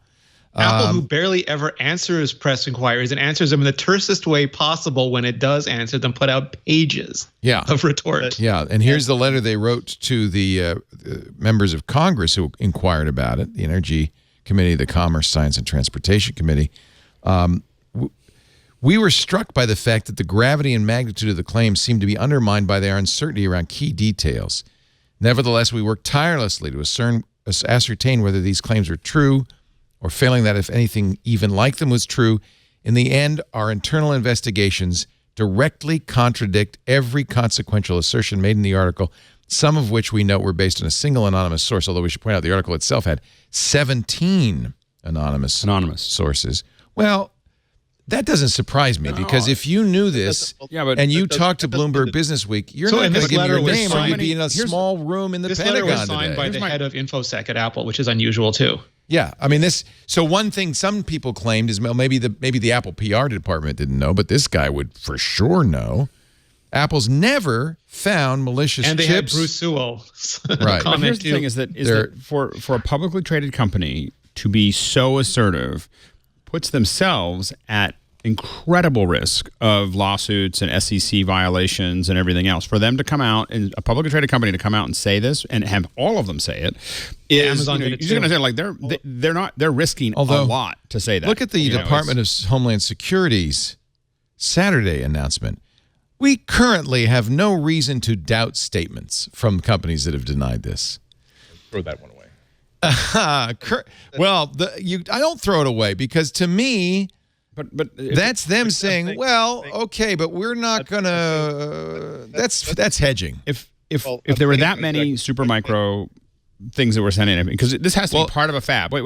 I agree. We will know sooner or later, because you and others have these elemental motherboards. And I think that, but the thing is, if I was Bloomberg, I would have found that first. Yeah, they didn't find one. They didn't find one. Not a single. We're talking about thousands of thousands of Supermicros that are floating around here with this infamous chip that. But they then didn't find you've got to one. explain. I would not have made that. I would not have created this. I would not have written this, or at least not published it, until I had a board. But 17 sources is a lot of sources when they're anonymous. And this is Bloomberg Business Week is not. Fly-by-night operation. I know, but they've been working on this for a year. And without someone coming on the record, I have this issue and no board. No one, first of all, no one is going to go on the record. You'd be in jail. I swear to God, no one's going to go on the record on this. No one is going to go on the record. What may happen, and what I hope will happen, and I expect will happen, is somebody who has one of these motherboards finds this chip. And by the way, this isn't not that chip. That's the wrong chip. This isn't the chip. That's another statement, by the way, by the one person who was quoted by name in it. A security researcher said, it doesn't smell right, because I talked to Jordan Robertson, one of the journalists who wrote this story, and a lot of the stuff that I told him was last year was regurgitated word for word. He said, there's a security expert named Joe Fitzpatrick said, I would never do it this way, frankly. A hardware implant's too easy to discover. It's much simpler just to do, firmware modifications and so forth. He also said that he doesn't work for a nation state, and it would be highly unlikely a nation state would implement something that's the exact same way that he sort of off the cuff explained to a reporter how it might work. Well, I don't find that convincing either. So the question remains, is Bloomberg lying, Alex? Is that what you're saying? Or is it sloppy reporting? I think it's sloppy reporting. I think that they're gonna. This is gonna damage their brand, and I think people are gonna lose their jobs. You know, like it is not going to, because if it was true, they should have waited until they had evidence. You know, they should have waited until they had a board. If there's thousands of these boards around, I mean, if one of these boards exists, I bought Supermicros in the time frame that they're talking. Many this is of them. 2015. So do you have? Yeah, do you have ones that some were made in Supermicro based elementals from 2014, 2015? Absolutely. Well, I think you owe us. I'll bring one in. I'll send it to iFixit.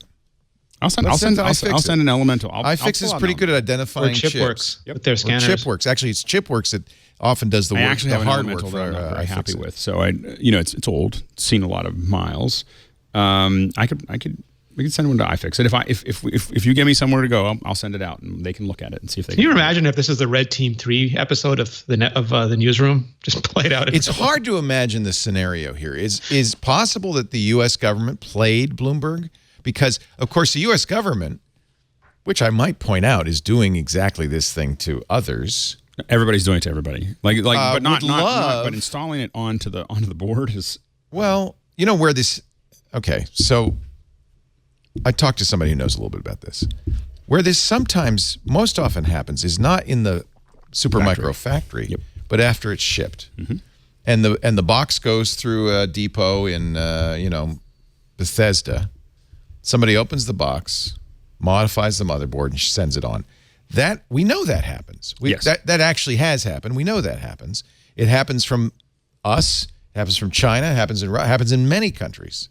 Israel. We know that happens. Israel. We know that happens. So that's not a surprise. I mean, I guess the hot potato here is, did Supermicro do this themselves?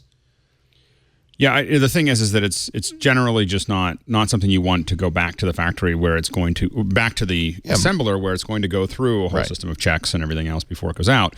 You want to do it after that when it's on the way, so you know where it's going, and who you want to spy on, because sending it out to too many places makes it easier to like putting it in. The part that seems very improbable is putting it into the manufacturing process.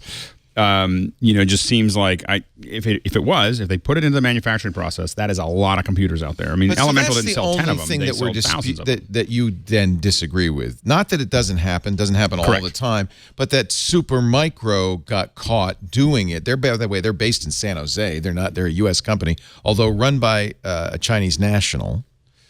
For me, the thing is the denials. I mean, like Apple and Amazon could conceivably have just said, look, we're looking into this. We don't know what's happened. There's no customer data that's been taken. We're going to report back to you. And it would have been fine. Like, it would have been annoying, but it would have been fine. We would have gotten over it and onto the next controversy by Tuesday. But it's the denials now. It's like, it's never the cover-up. It's never the crime. It's always the cover-up. To have Bloomberg double down on their sources and to have Apple and Amazon go so, I've never, ever seen these companies go so wholeheartedly on these denials. Any party in this could have de-escalated early on and saved a ton of face. Now there is so much at stake that you have to believe that there are a couple of people at Amazon and Apple that know this, that didn't even tell anybody who they would have to tell during the normal course of business at their company, including the IT and InfoSec chains and the legal chains. And it's just them sitting there talking to national security, and this one reporter happened to find out, or someone managed to bamboozle a reporter or steer them in the wrong way to the extent that Bloomberg was willing to publish this, and neither makes sense. It'd have to be 17 someone's though. But he might have 17 things saying oftentimes you get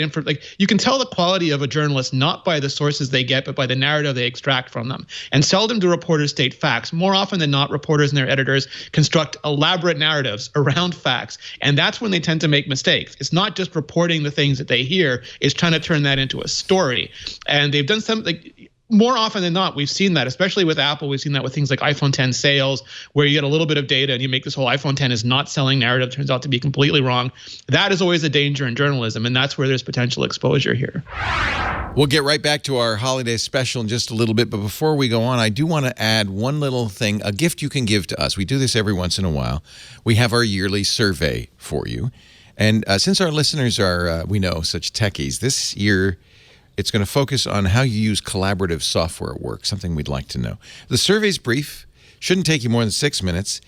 We do not, and I really underscore this because it's important for me, and I know it's important for you, collect any personal data. All we ask is that you go to twit.to/survey12 for the 12th month, I guess. twit.to/survey12. And if you do that, great. You don't have to, but if you do it, it would be a nice gift for us, and it would help us a little bit in planning our future endeavors, if you know what I mean. And now, on with the show. Rene's got his review up. Almost all the best for way, way less. $250 less than an iPhone XS.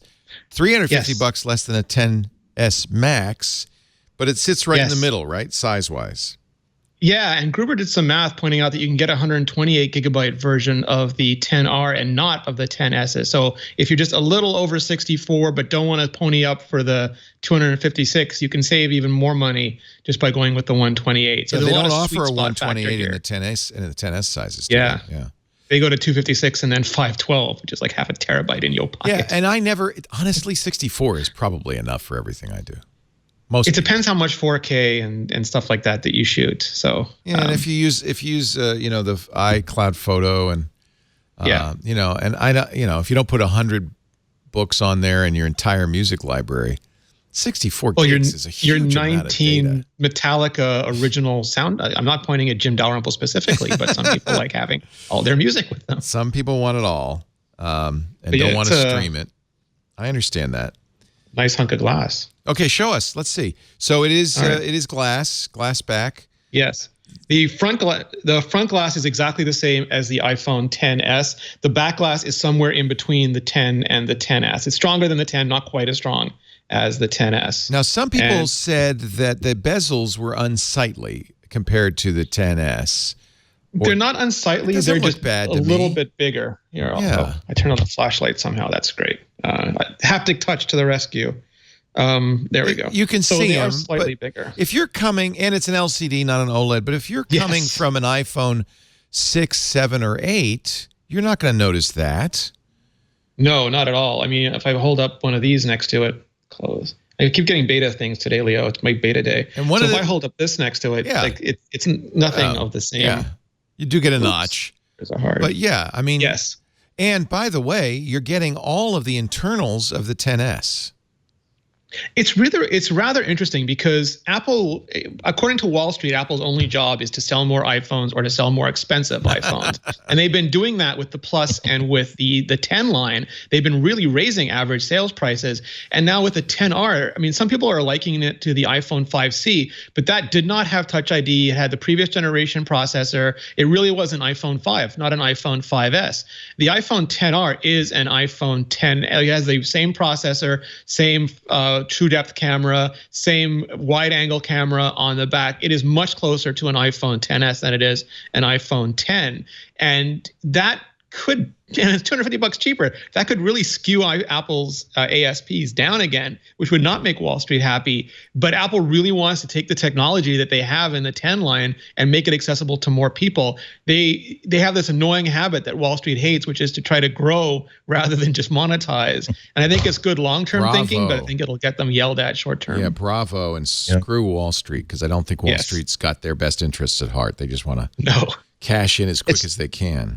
It's still a $750 phone. It's not cheap. That's it. But that said, it's a very, very pleasant sign that Apple has consistently tried to do this, where we feel as though we have a list of price levels that our customers are comfortable with. However, that said, we are going to continue to try to take the features of the higher end phones and bring them into the lower price points. Yeah. So the fact that they decided not to make the iPhone 10 into a luxury brand, that's here's the $1,000 and up phone always, but simply to say we're going to use this to drop into the one end of this pipeline features that in a year or two's time is going to be in the mainstream $750 phone. That's really, really great. What, Rene, is missing? What don't you get?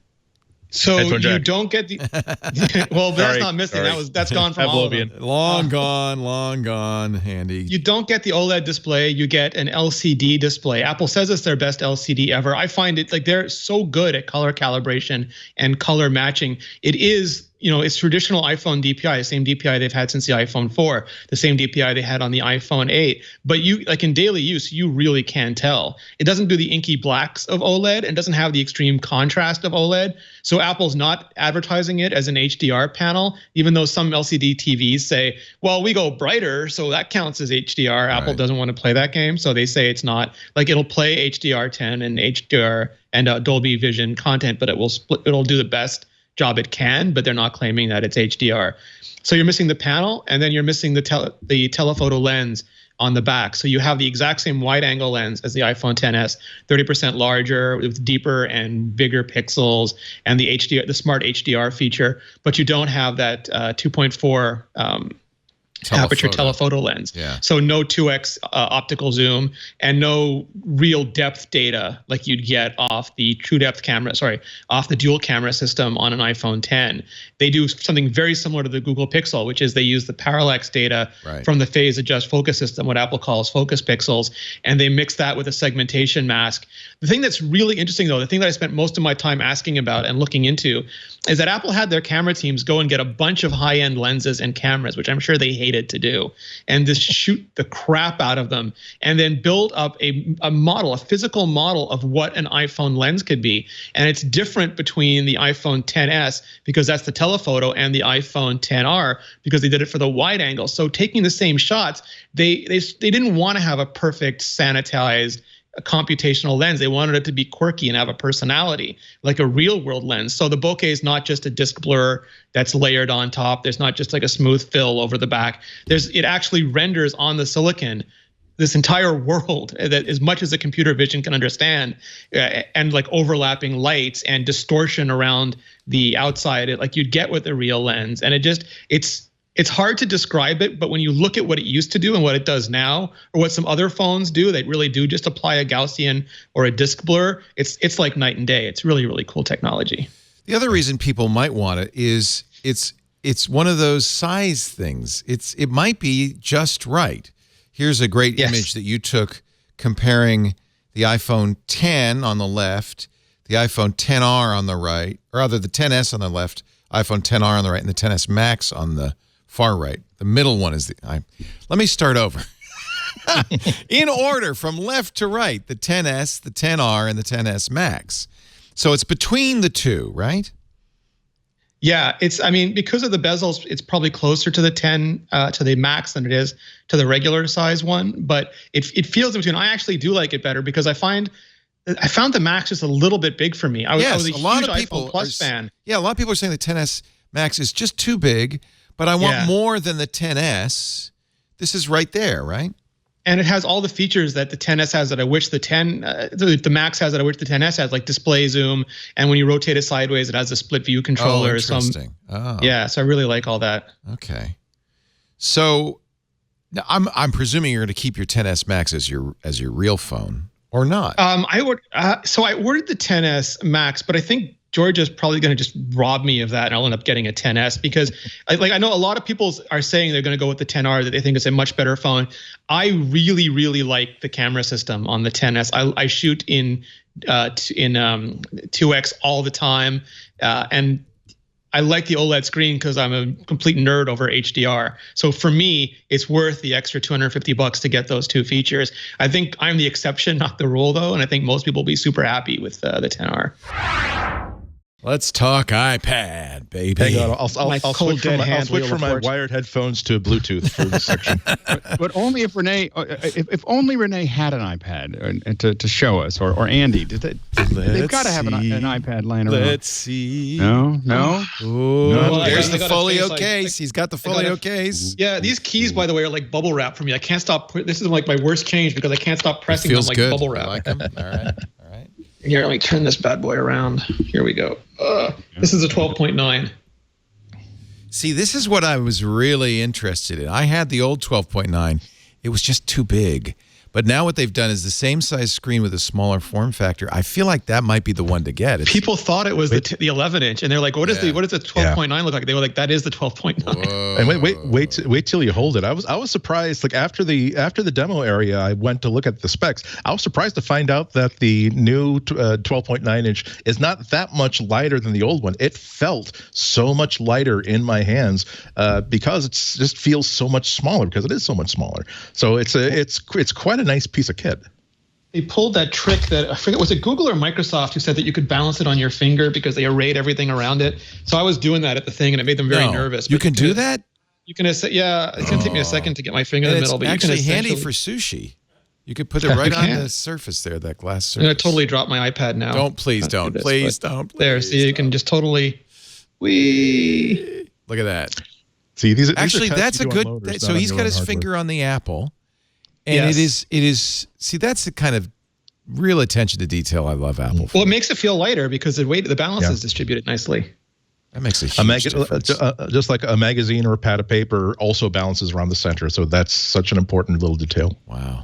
Yeah, you don't want it to be heavy in one end. And it's kind of the thing you might not notice, but you will subconsciously. Yeah. I do have to say the lack of a headphone jack baffles me. I just don't understand. I asked about that. We didn't see it coming, did we?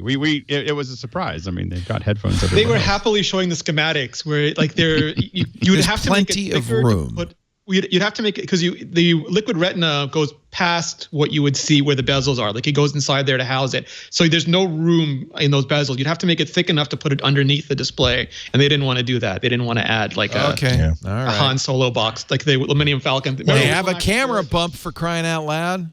Yeah, but it's not thick enough. Like sorry, go ahead, Andy. No, that's what I'm going to say. I mean, it's okay for them to say we have lots of decisions to make. We decided that we didn't want to put a headphone jack in there. The only thing that I really gets my hackles up is if they were to say, well, we had no choice. Our hands were tied. Well, no, you could have done it if you wanted to. You just didn't want to. And I do think that on an iPad Pro, that's a dumb move. I do think that's dumb. Well, fortunately, it has a Type-C port, and I can use my Pixel 3 headphones.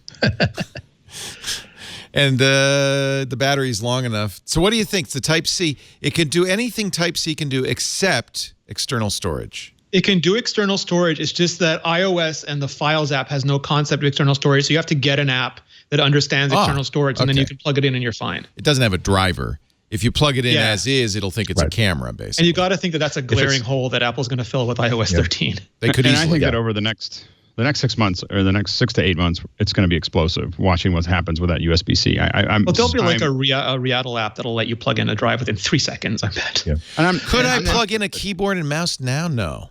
No, it has a keyboard. I don't know. Like the Bluetooth is still for that, but it has no concept of like iOS itself doesn't know beyond mouse. Beyond the insertion pointer on the trackpad mode. It doesn't understand it. They would have to add something like Focus UI, which is what lets you choose on an Apple TV which icon you're on. They actually have to build out a system because iOS was designed for the iPhone, and that's like. The iPad is hobbled by a lot of early decisions for the iPhone when they didn't really foresee what it was going to be now, and that's another one of those things that they're going to have to go through. And you can't just drag and drop Mac on because that's terrible. They have to actually architect it for iPad. But that really shouldn't affect how it works with USB keyboard, right? Because you can plug in a USB keyboard into the Lightning port with the adapter. Okay, just want to make sure. Yeah. So, I think Nilay Patel's Verge article for me was pretty right on, in which he says, look, you can't deny it. This is amazing hardware. As Apple pointed out, the curved screen corners, in every respect, the super fast 12X Bionic. But without it's hard to edit text unless you have a mouse. Yeah. You can't do it with your finger very well. And no trackpad, no mouse. And the software today for iOS isn't really desktop quality, the lack of a file system. You could fix that, I guess. It's a lot of promise, but I'm going to try anyway to use it as my main system, but I have a feeling I'll have the same reaction Nilay does. Yeah, I just think that it's just like with the day one of the first version of the iPad.